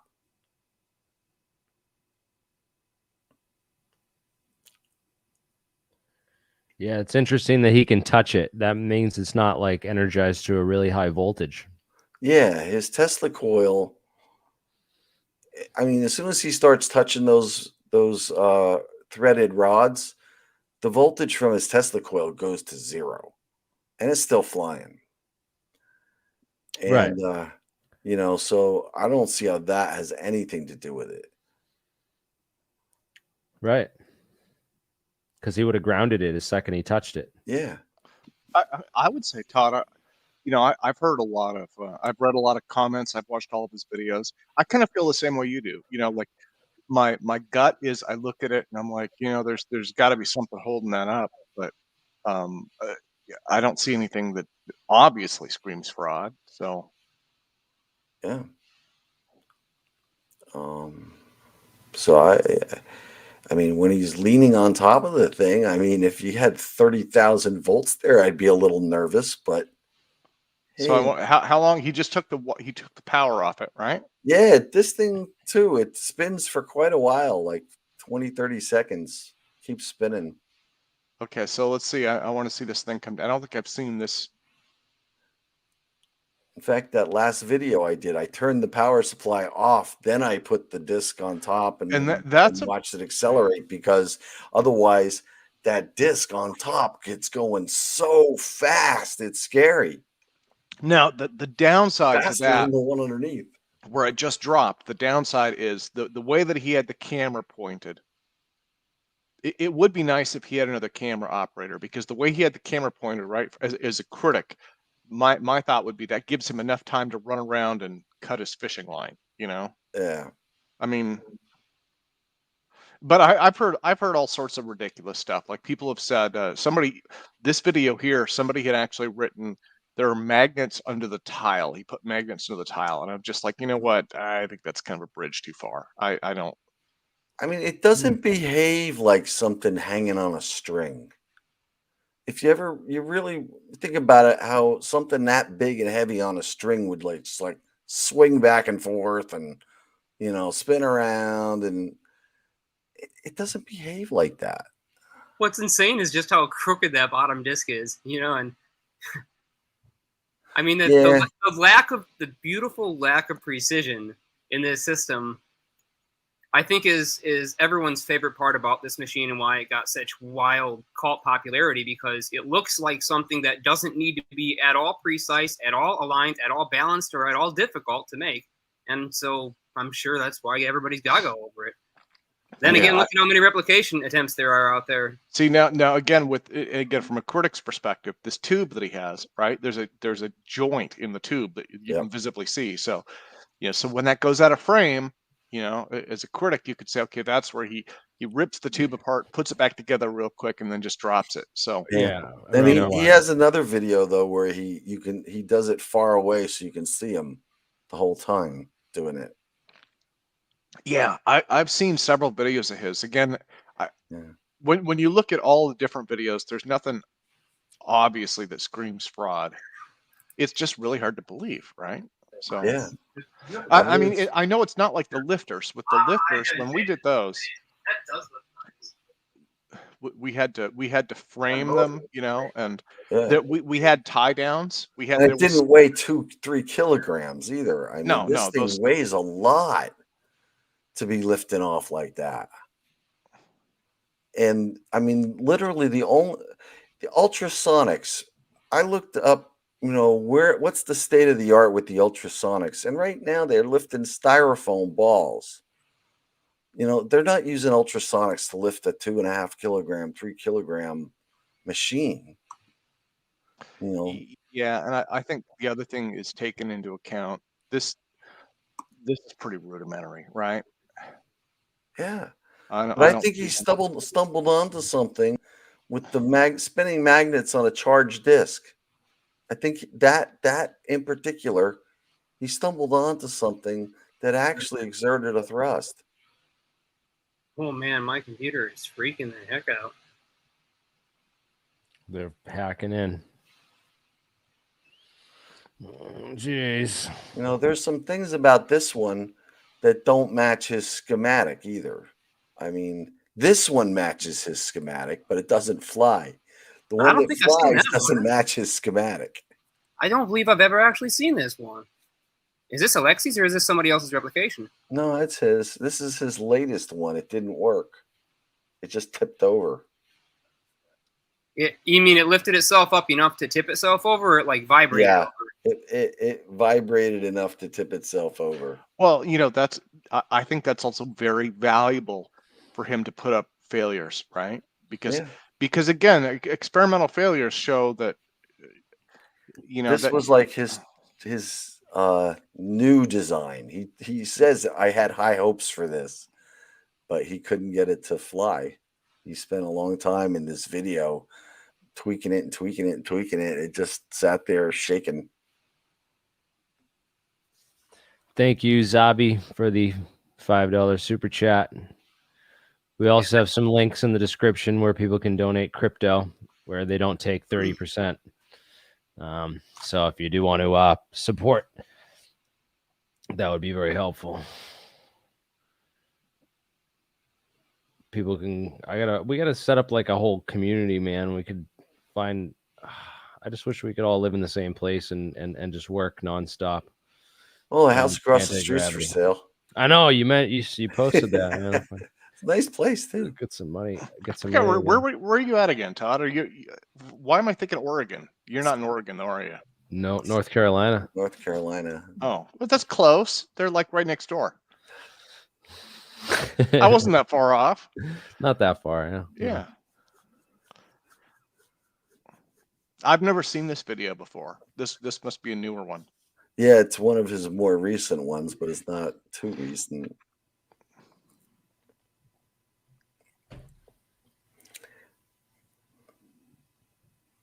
Yeah. But like this one, I think is the one he built right after he drew the schematic, and that's what he built, but it didn't really work. And the other one, on his schematic and everything, he says he's applying the high voltage negative to the bottom disk and positive to the top disk, but there's no high voltage lead going up to the top disk, and there's nothing touching the top disk that I can see unless he's applying it directly to the motor. So I don't know. And then his speaker for his ultrasonic is like blasting right into the top of the disk. It's like it doesn't make a lot of sense, those things, So we had gotten they make sense under a certain model. They do. All of those things actually make sense under a certain model. Oh, there it tipped over. Brilliant. Missed it. I was just looking at my notebook. See, to me, that makes it more real. That makes it a lot more real. The fact that it tipped over, right? It's trying to move. Yeah, and that's what I would expect to see.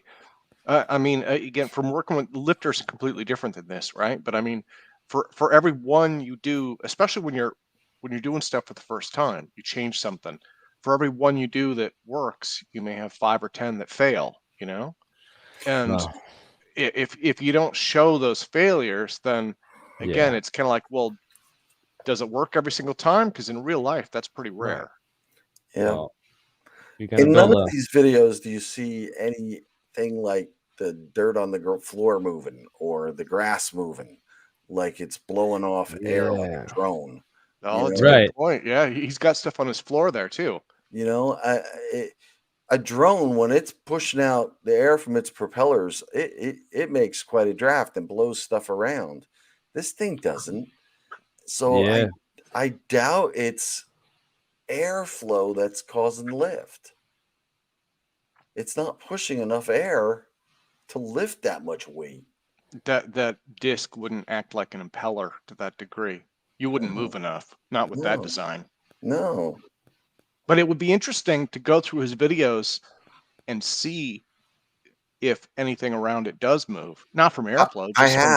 I've gone through all of them, and Charles put together a video that's like pieced together all the important parts of these other ones. And I went through that one end to end, and you never see any airflow. He never does a smoke test, which would be nice. But you never see any airflow or anything pushing the dirt on the floor or the grass around or nothing. Smoke test would be really interesting for several reasons. You'd be able to see, like Pogkanoff experiment, right? Where supposedly the smoke spiraled up so it would be interesting to see if you had movement in the smoke, maybe that movement is due to the field or change in gravitational potential, a bunch of different stuff. I was surprised how much air this thing pushes when I turn it on. Coming out from under that plexiglass it's shoving quite a bit of air out, but it's coming out sideways. It's not trying to lift it up.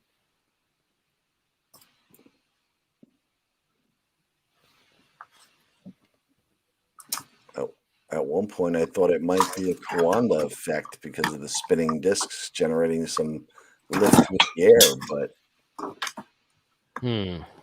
yeah, it doesn't really. Like I said, it doesn't really push enough air.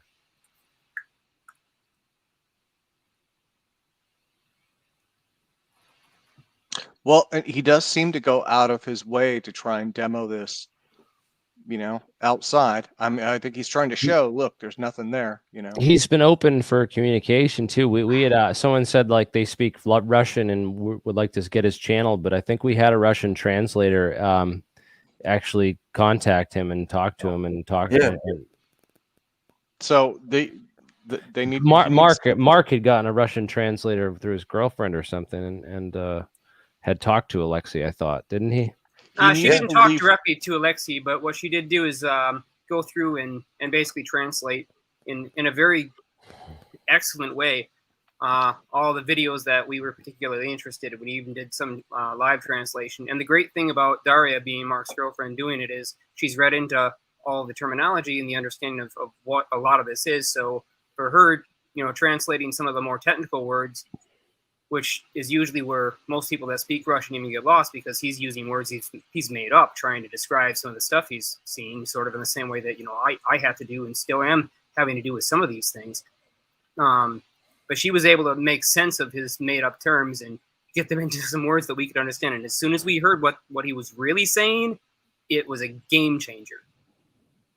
What he was really saying versus what Google Translate thinks he's saying, or what you try to type in, it's not even close. No, it's not even close. He reveals way more technical information that's actually relevant and talks more about the science. Says some very critical things that line up with Bonson's work. I'm sure everybody has, you know, seen the Bonson patent of the double curved dome, and he feeds AC in a plate between a top large plate and a bottom small plate and a middle plate that's about, you know, the same difference between the two, and he feeds that one with AC. High voltage DC potential on the top, positive, negative potential on the bottom. And then inside of his dielectric that he has just a hollow column coming up the center, it's filled with many, many metal inclusions at a high density. Now, why is he pulling the tubes apart? Mark's hanging out with Sonny White right now. Hey, there we go. Nice. Oh, there you go. He just sent me a picture. So he's busy at the conference having some conversations with some interesting people. So power to him. Thank you, Clay Moore, for the $10 of California Canadian cash. California cash. Sorry, Canadian. Same thing, pretty much, right? Is there such a thing as electric and or electromagnetic resonance? Yes. Well, electromagnetic resonance. Yeah, there's electromagnetic work. Waves. What about electric resonance? This is I don't know about electric, because it has to do with the whole issue is that magnetic is a moving electric charge. Resonance is what you get on the C side of an LC circuit.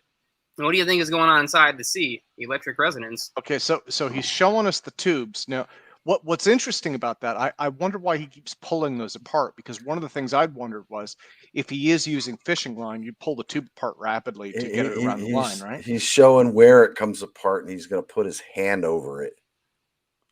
So you can see he's not taking it apart. Ah, okay. That's what I got out of it.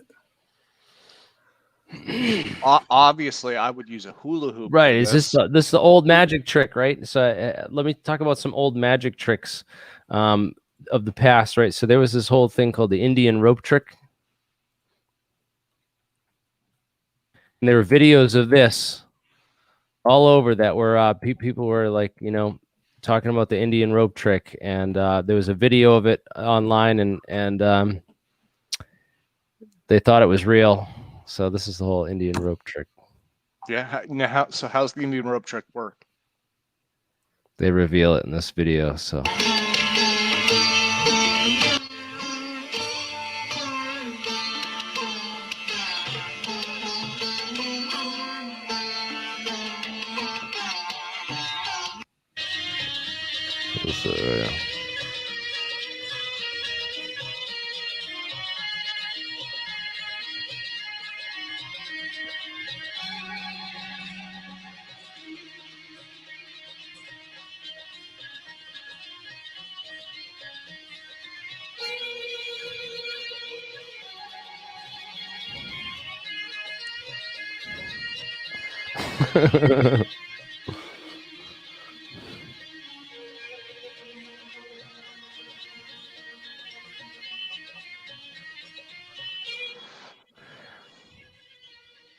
I wish I could find the old video because there was an old video of it.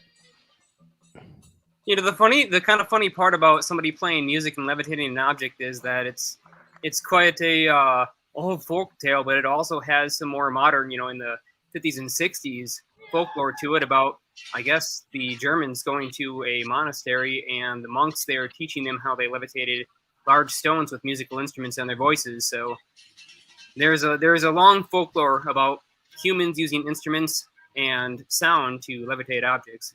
But a rope is not one of those objects that that's capable of entering in any of the fields. It has absolutely no piezoelectric properties. It has no real resonance modes. It's in contingent, and it's certainly not going to hold an oscillation.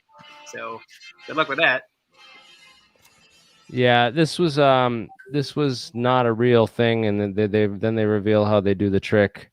Okay, so how's the trick work? I guess they got like a well. They do it over a well or something. There's a big long stick pole and inside there or something, and someone sits in. I don't know. I think that's how they did it. There was an original video, old school video, but it was like one of these silent films that was from, you know, someone put out, and it was this whole idea.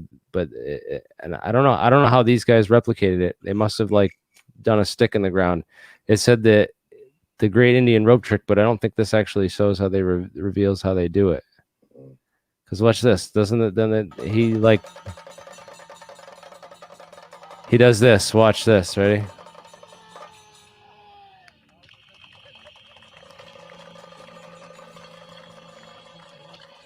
So somehow it just the rope goes limp again. So maybe there are like filaments inside the rope, right? Where you tighten the filaments and it you know what I mean? It's got to be some kind of trick rope, man. I don't know. That's like maybe it's a pressure thing too, that they pressurize it with a compressor inside there, and it, you know. But then they wouldn't have had that back in the ancient India in like the 1900s when that first one was filmed. If I could even find it, the old video, the old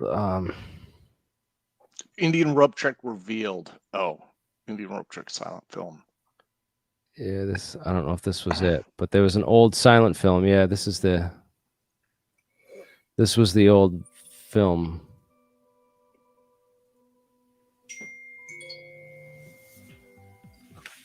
Or there were videos. There were pictures of people doing it. The account of the trick comes from the famous Arab traveler Ibn Battuta. Ibn Battuta. Anyways, yeah, that was one of those weird things. Yeah, I think that's cool though, that there's lots of mythology around, you know, levitating things with sound. Thought that was interesting, but this was again, there's optical illusions and there's ways of doing it. Let's find the Indian rope trick revealed to see how they actually do it.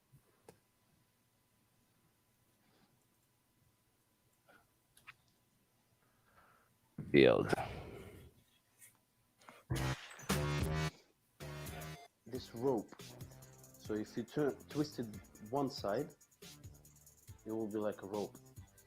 So basically, if you feel around, it will go all the way around except the bottom part here, sort of flat. That's what you need to look for. So when you're holding the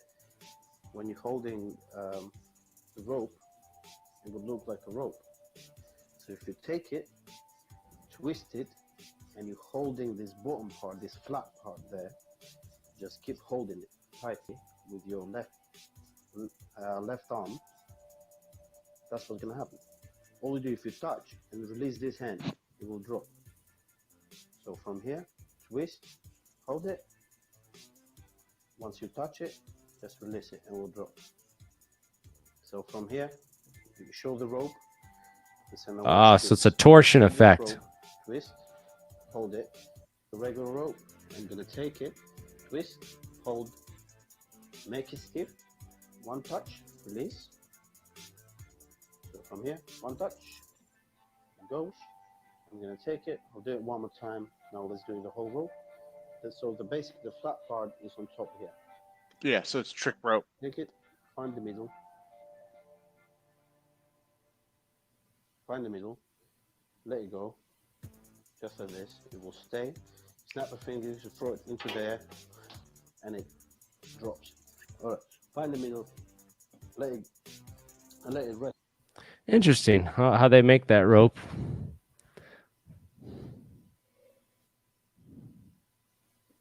That's pretty cool.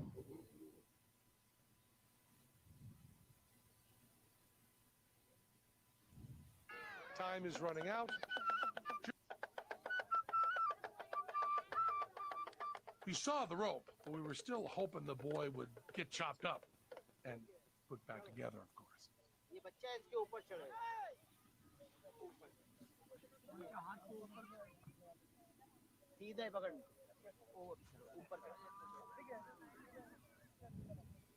That's Jeremiah cooking up.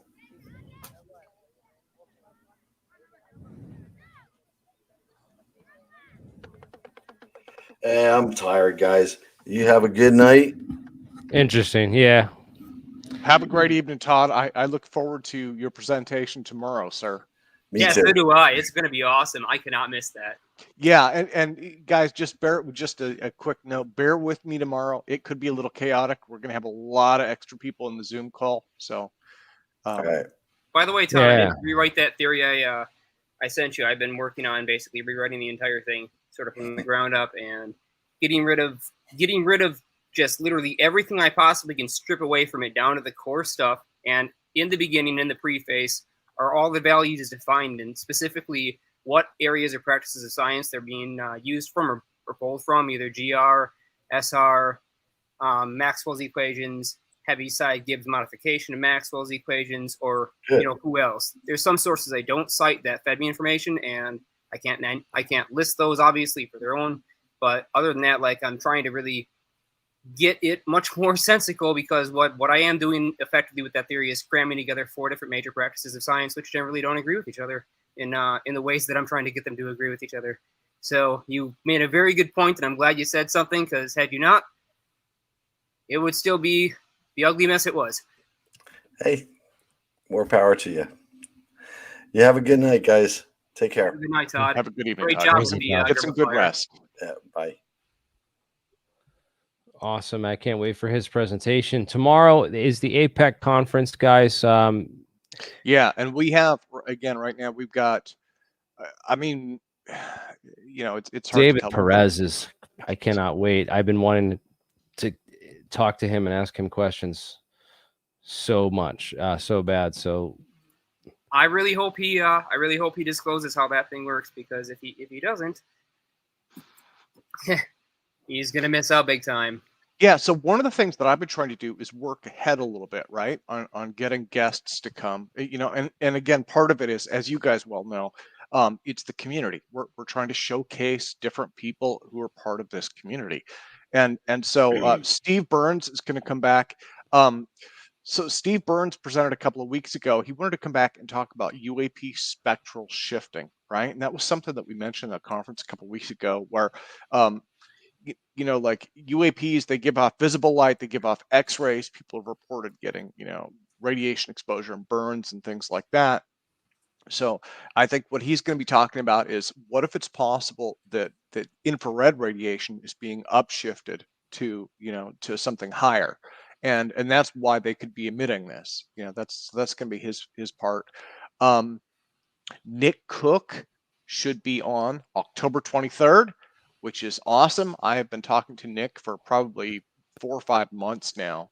And he's been saying, well, I'd like to come on in the future. So he's going to be talking about the hunt for 0 point and UAPs, right? And Nick he's not technical, but I think that he's a really good person to provide context and a sanity check. He was the former aviation editor for Jane's Defense Weekly. And he's obviously written several books. He went across the country and toured, all these defense installations and stuff for the hunt for 0 point. So he's definitely a part of this community. He's a big influencer, and I think a great sanity check for the insane, the insane summer that we had with UAPs. Again, we have Dr. EM on Ansbro. He's going to be talking about quantum instantaneous communications. Jason Sakaris, he was on the same day that Matthew Sadaugust was on, probably about 2 months ago, I think. And so we're hoping to have him on to talk about warp and space drives. He's got some stuff. Another person is Chantel Butler. So Chantel is going to be doing, basically, she's going to be doing a pitch for, I believe it's the Geometric Space Corporation. She wanted to do a payload pitch for that. And I also engaged her at that time. And I said, look, if you want to come on and talk about what you guys are hoping to do for payloads, tell us more about what you're planning to do in general, because you've got some really innovative ideas. So hoping to have her on to talk about it. Then Mike Gamble is going to be talking about linear propulsion models. And Mike has some stuff that's farther out too. So we will see, where he goes with that. Another fellow is Peter Reale from the Scientific Coalition for UAP Studies. And in fact, I just had another one. I'll have to find that email. I had another fellow from, and let me see, Rich Hoffman also said he could come on. So we will get them scheduled as well. Nice. Yeah, I can't wait. This will be cool. But anyways, yeah, look forward to the upcoming APEC conferences, and we're literally bringing disclosure, man. We spent the last 2 decades digging up everything on anti-gravity that's been done, and your site was one of the ones that started me on my path, Tim. And we've come so far to bring all these people together and create a safe haven for them to come forward with the information and to really foster a safe environment for disclosure to take place. And a lot of the information about these programs, which were formerly classified, some of the stuff was formerly classified, to come out of the woodwork, man. And this is just awesome to be part of it. Awesome to be involved with this project. And thank you for everyone in the live chat who joined us and is also a part of this, man. Yeah, I mean, I'm not sure how you guys feel, but I would say overall, I feel pretty good about, I mean, not only we've covered most of the big stuff, I think that we've covered a lot of little stuff too. One of the things Jeremiah had looked up was, I was just thinking about that 3M factory, right? The story about and the thing that interested me about that was the invisible wall. The invisible wall. It was one of those hand-me-down stories that have been retold 2 or 3 times. Picked it up today. Finally got some cellophane. Yeah, so we've covered a lot of the bases in terms of not just gravity modification, but the alternative propulsion, right? I mean, we've covered a lot of the stuff, not only the stuff that's proposed and said we should try this, it's this may work, but we've also talked about a lot of the rumors and a lot of stuff like that. We've had folks on like Thomas Anderson who were kind of peripheral to it, who are bringing in a lot of like materials and other related things. So we definitely have a lot of info out there, and I don't feel like there's been really any negativity from it, which is awesome. So, heck yeah, this is awesome. Bernard says he wants to join the chat and bring an engineer or something on with him, I guess, quickly. Yeah, I sent you the link on Twitter, Bernard. So I don't know if anyone wants to hear a few lines from the theory I'm working on right now, which is based on experimental evidence from various other tests. I just titled it "Engineered Electrogravity" because why not? All right, guys, we're gonna. I mean, if you don't join, we're gonna wrap it up here pretty soon. We might have an after party just to hang out and have an after discussion for a little bit here. If you guys are interested, there's the StreamYard link, and you can join. Love to have some of you guys on to ask some questions and talk about anything you want. We're always looking for audience support and collaboration. So we'll get Dr. Hongo on. We'll get Carl on. There's now Carl just signed up for Carl, I just saw your sign up come in for APEC. Wait, oh, he's it looks like he's Yeah, we want to see some production on that motor too, man. I would love to see that. We'll build something that levitates and be able to show it off and give people accurate, detailed directions on how to replicate the experiment themselves, so that we can get every undergraduate physics student in every college physics classroom across the world doing these experiments. That's the goal.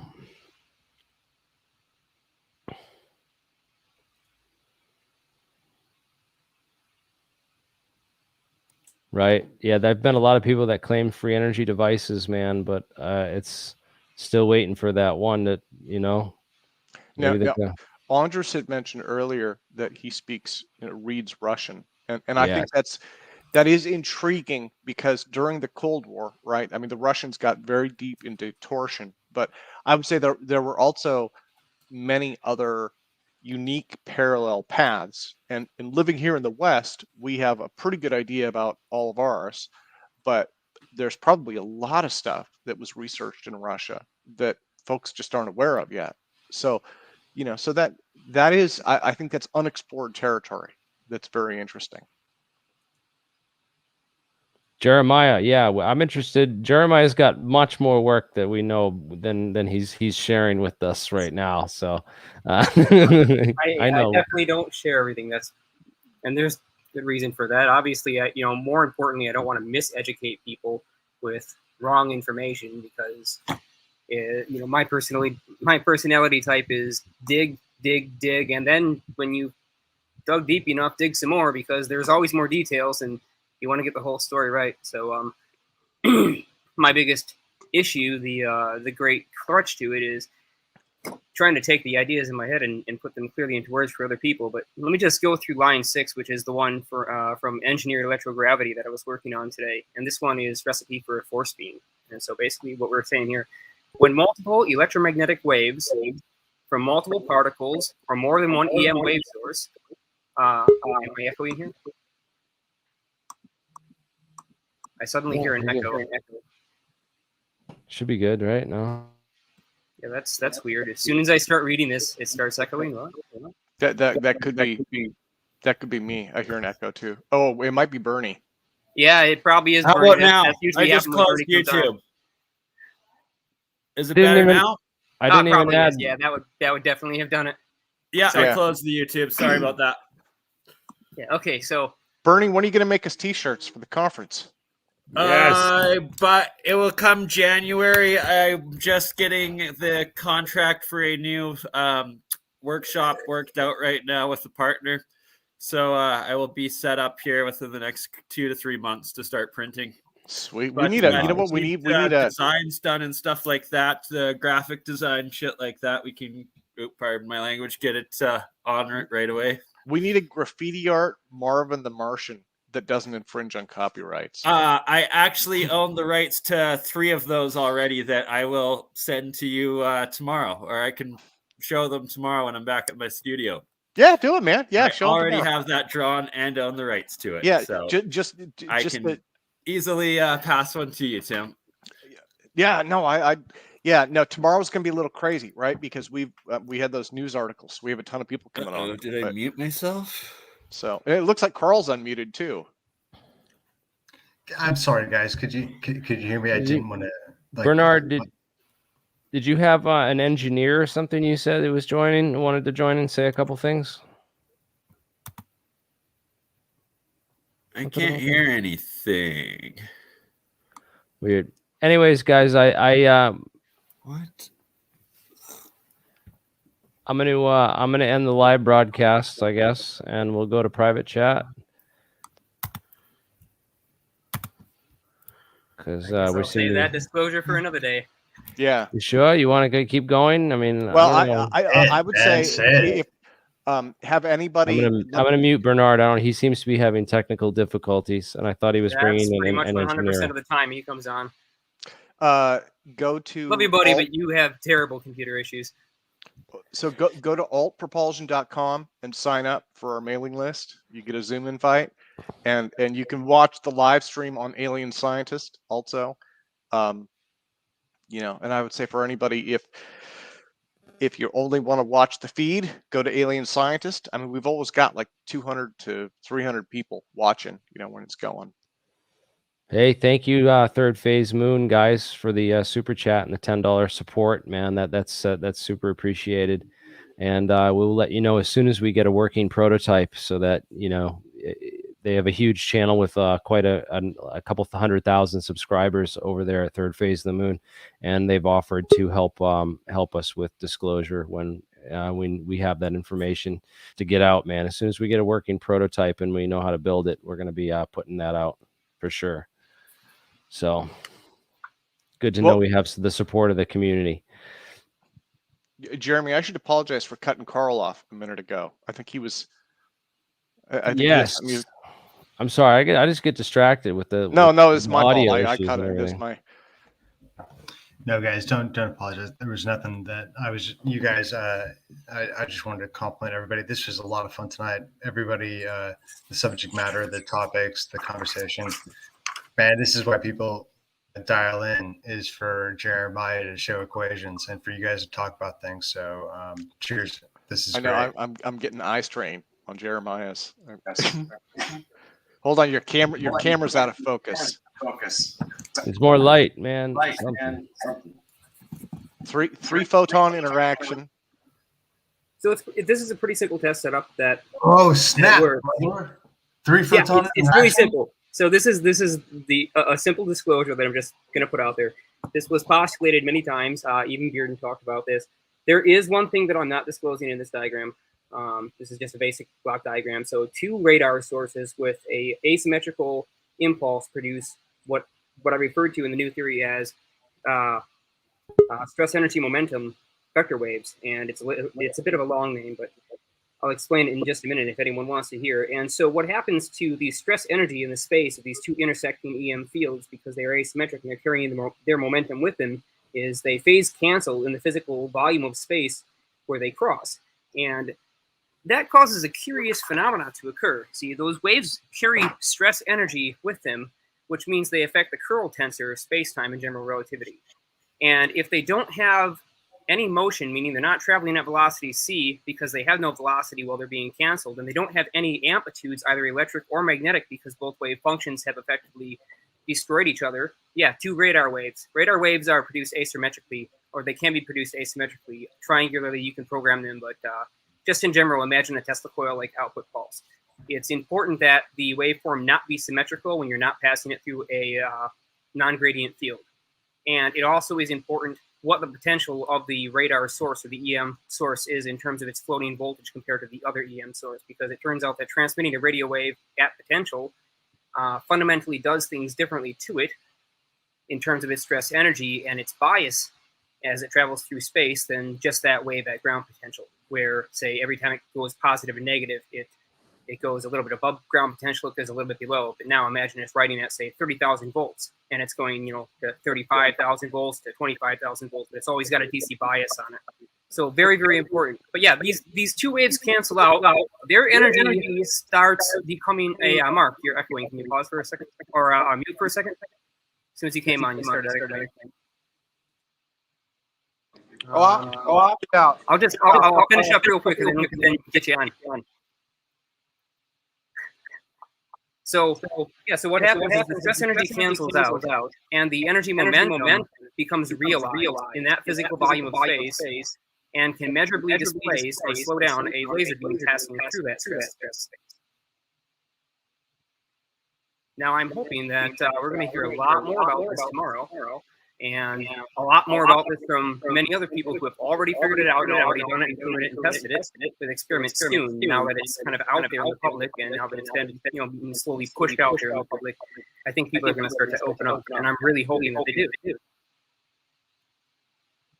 But go ahead, Mark. What you got? At the Interstellar conference in the Hopper room, and we have it set up here. The Alternative Propulsion conference sign, and here's Co from set up. That looks nice. That looks nice. The internet is a little bit spotty. But Tim Ventura, look what you made.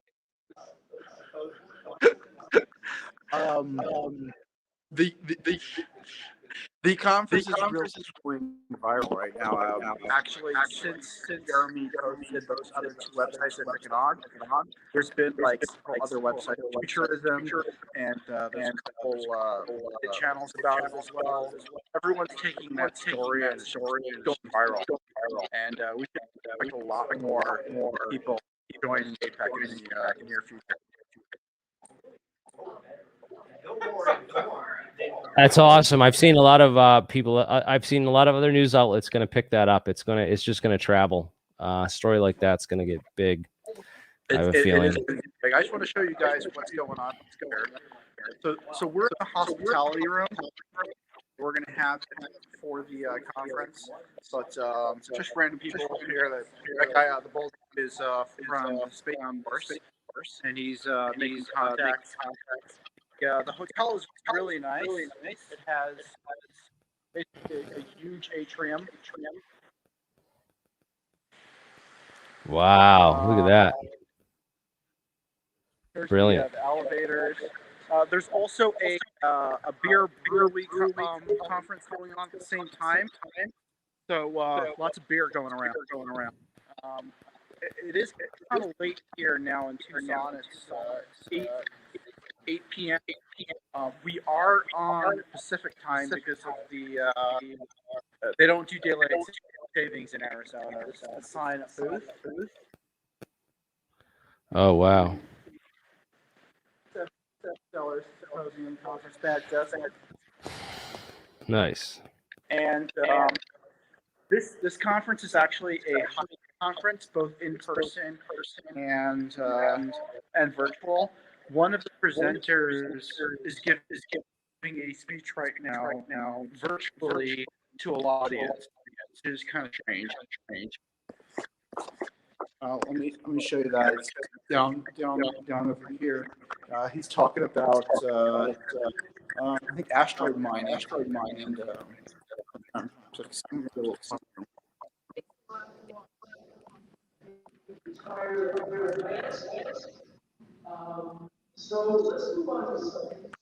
Oh wow, that's cool, man.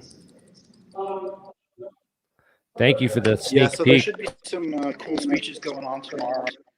I think Bernard's. Right now, because it's late at night, so we're just getting in. Tomorrow afternoon, we should see a lot more going on. That's awesome. And so you were just having a conversation with Sonny White of NASA, right?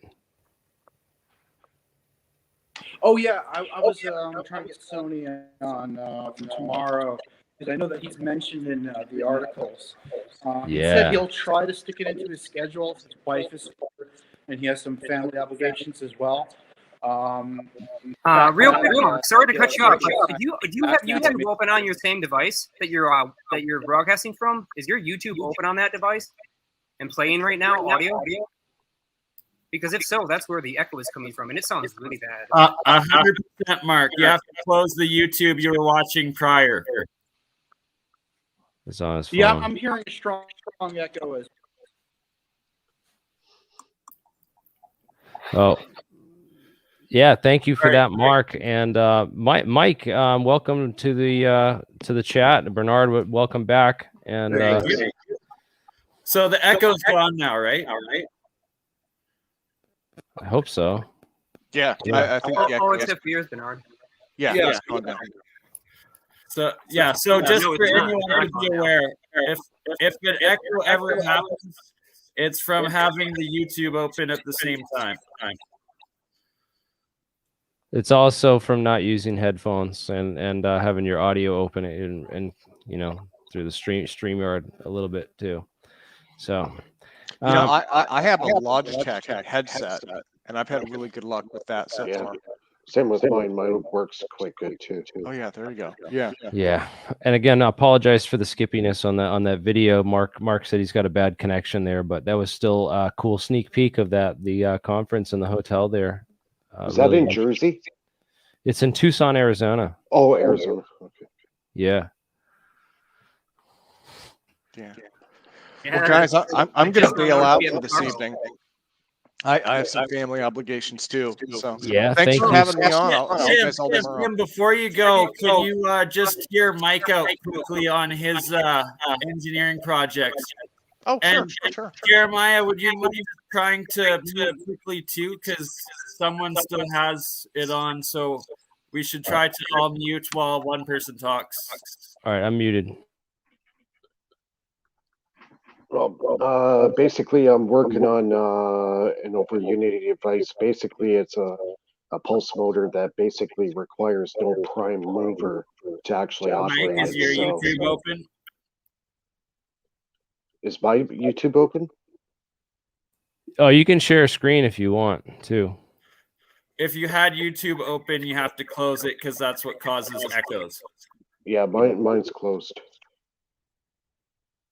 Then it might be actual interference. So basically, the project I'm working on is I do not want to use a prime mover for this motor. It's actually going to generate its own power by itself. And Tesla and Steinmetz and all these guys got together back, I believe it was 1916. All these great guys got together and they had a dinner one night and, just shooting ideas back and forth. And they said, with our present knowledge, that it is definitely possible to make a rotating mechanical apparatus that produces electricity without the use of a prime mover. So that's what I'm working on. And also a quick, your background in the space industry and the Don Smith generator, your pulse motor, and your M machine that you've all built and worked with as a quick rundown. Yeah, Because I work Tim in the and you need to present that. Yeah, I work in the aerospace industry for about 20 years, and that's basically my background. When it comes to electrical stuff, I really don't have any education in it. Pretty much everything I do has all been self-taught. As far as building stuff, well, that's where I'm a pro. So I use 3D printers, CNC machines if I have to, whatever it takes to make what I need. So I've been pretty much building things my entire life. So so this project should be I was working on the flywheel. So this new generator is actually going to implement a flywheel because I'm going to be using inertia and the mechanical advantage to give me the extra edge of being able to sustain I guess you could say like a capacitance within the system just by movement. And I've seen quite a few guys do projects in the past where they implement a flywheel and are getting huge gains. And I know NASA's actually working on a flywheel generator for space travel. So definitely the science is real.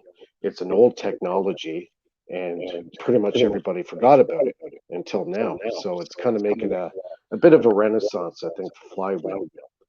And I think it's definitely going to be something that's going to be the future.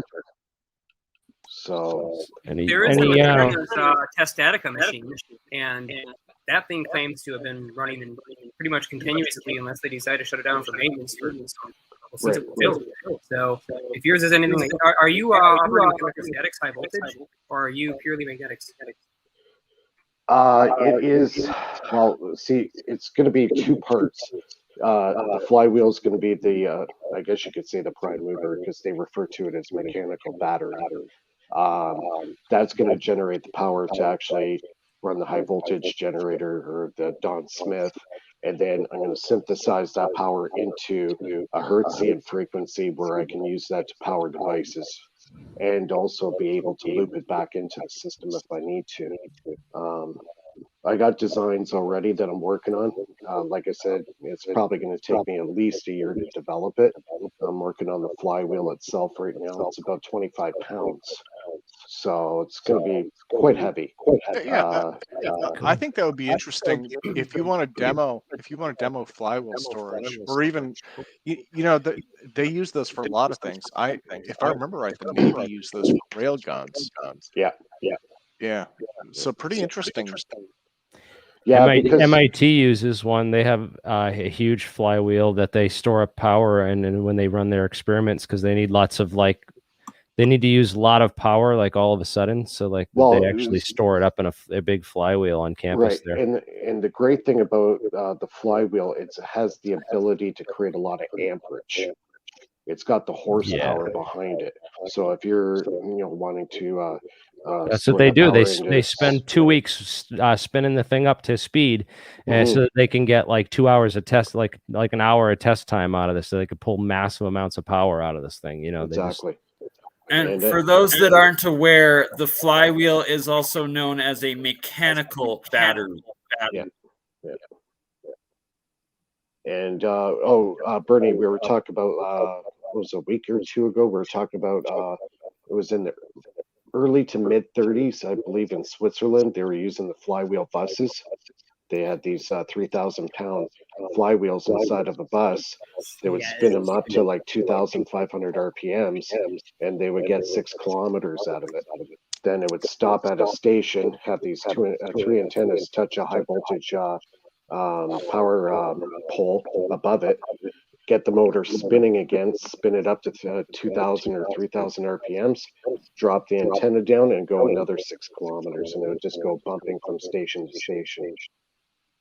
So they had and then also Mike can give a demonstration of his Don Smith generator that he's modified with 2 spark gaps, and how the second spark gap is exponentially more powerful, and it takes in radiant energy, whether it's sound, heat, or different EM radiation waves, and amplifies it into the circuit system, thus giving potential over unity.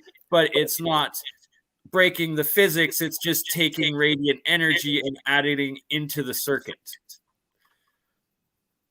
Yeah, it's basically Tesla was using it from day one, and if you use multiple spark gaps in series, I find that it's actually becoming like a voltage multiplier, and really increases the potential to quite a bit.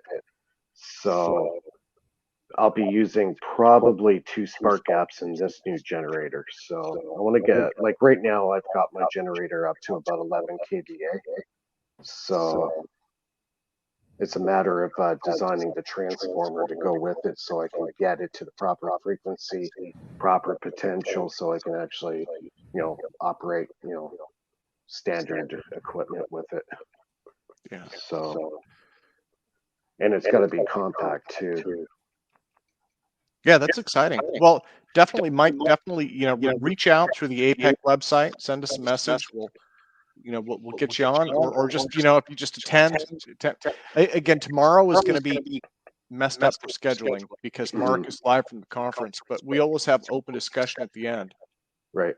So yeah, well, it's good hearing you guys. I have to bail out because my family wants to see me. It's Friday night.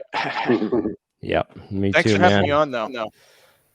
All right, guys, it's we're reaching that mark, and thank you, Tim Ventura. Check out Tim at altpropulsion.com and the American Anti-Gravity on YouTube, and APEC conference on YouTube. I think you can look that up as well. So look forward to seeing you guys all tomorrow for the conference. Thank you for hanging out and hanging out with us on a Friday night and talking about cool sciencey nerd stuff. So. Nothing better. Thanks again, guys. Nothing I'd rather be doing. Mike, after this, I'll check my email and we can do a stream with Autodidactic there as well. Yep, sounds good. Thank you, guys. And Mike, where can people find more information on you? Do you have a website or anything? Right now, just on YouTube. You can check me out at Faraday Research R&D, and you can check out my stuff that I've been working on. there's a lot of stuff that's not on the YouTube channel that I'm working on because there are just not enough hours in the day to make videos and put everything up. But Right on. I'm definitely working on the Flywheel generator stuff. So awesome. Thank you for joining us. And thanks. All right, we'll see you later, guys. Thank Okay. you, everyone in the Take live care. audience too.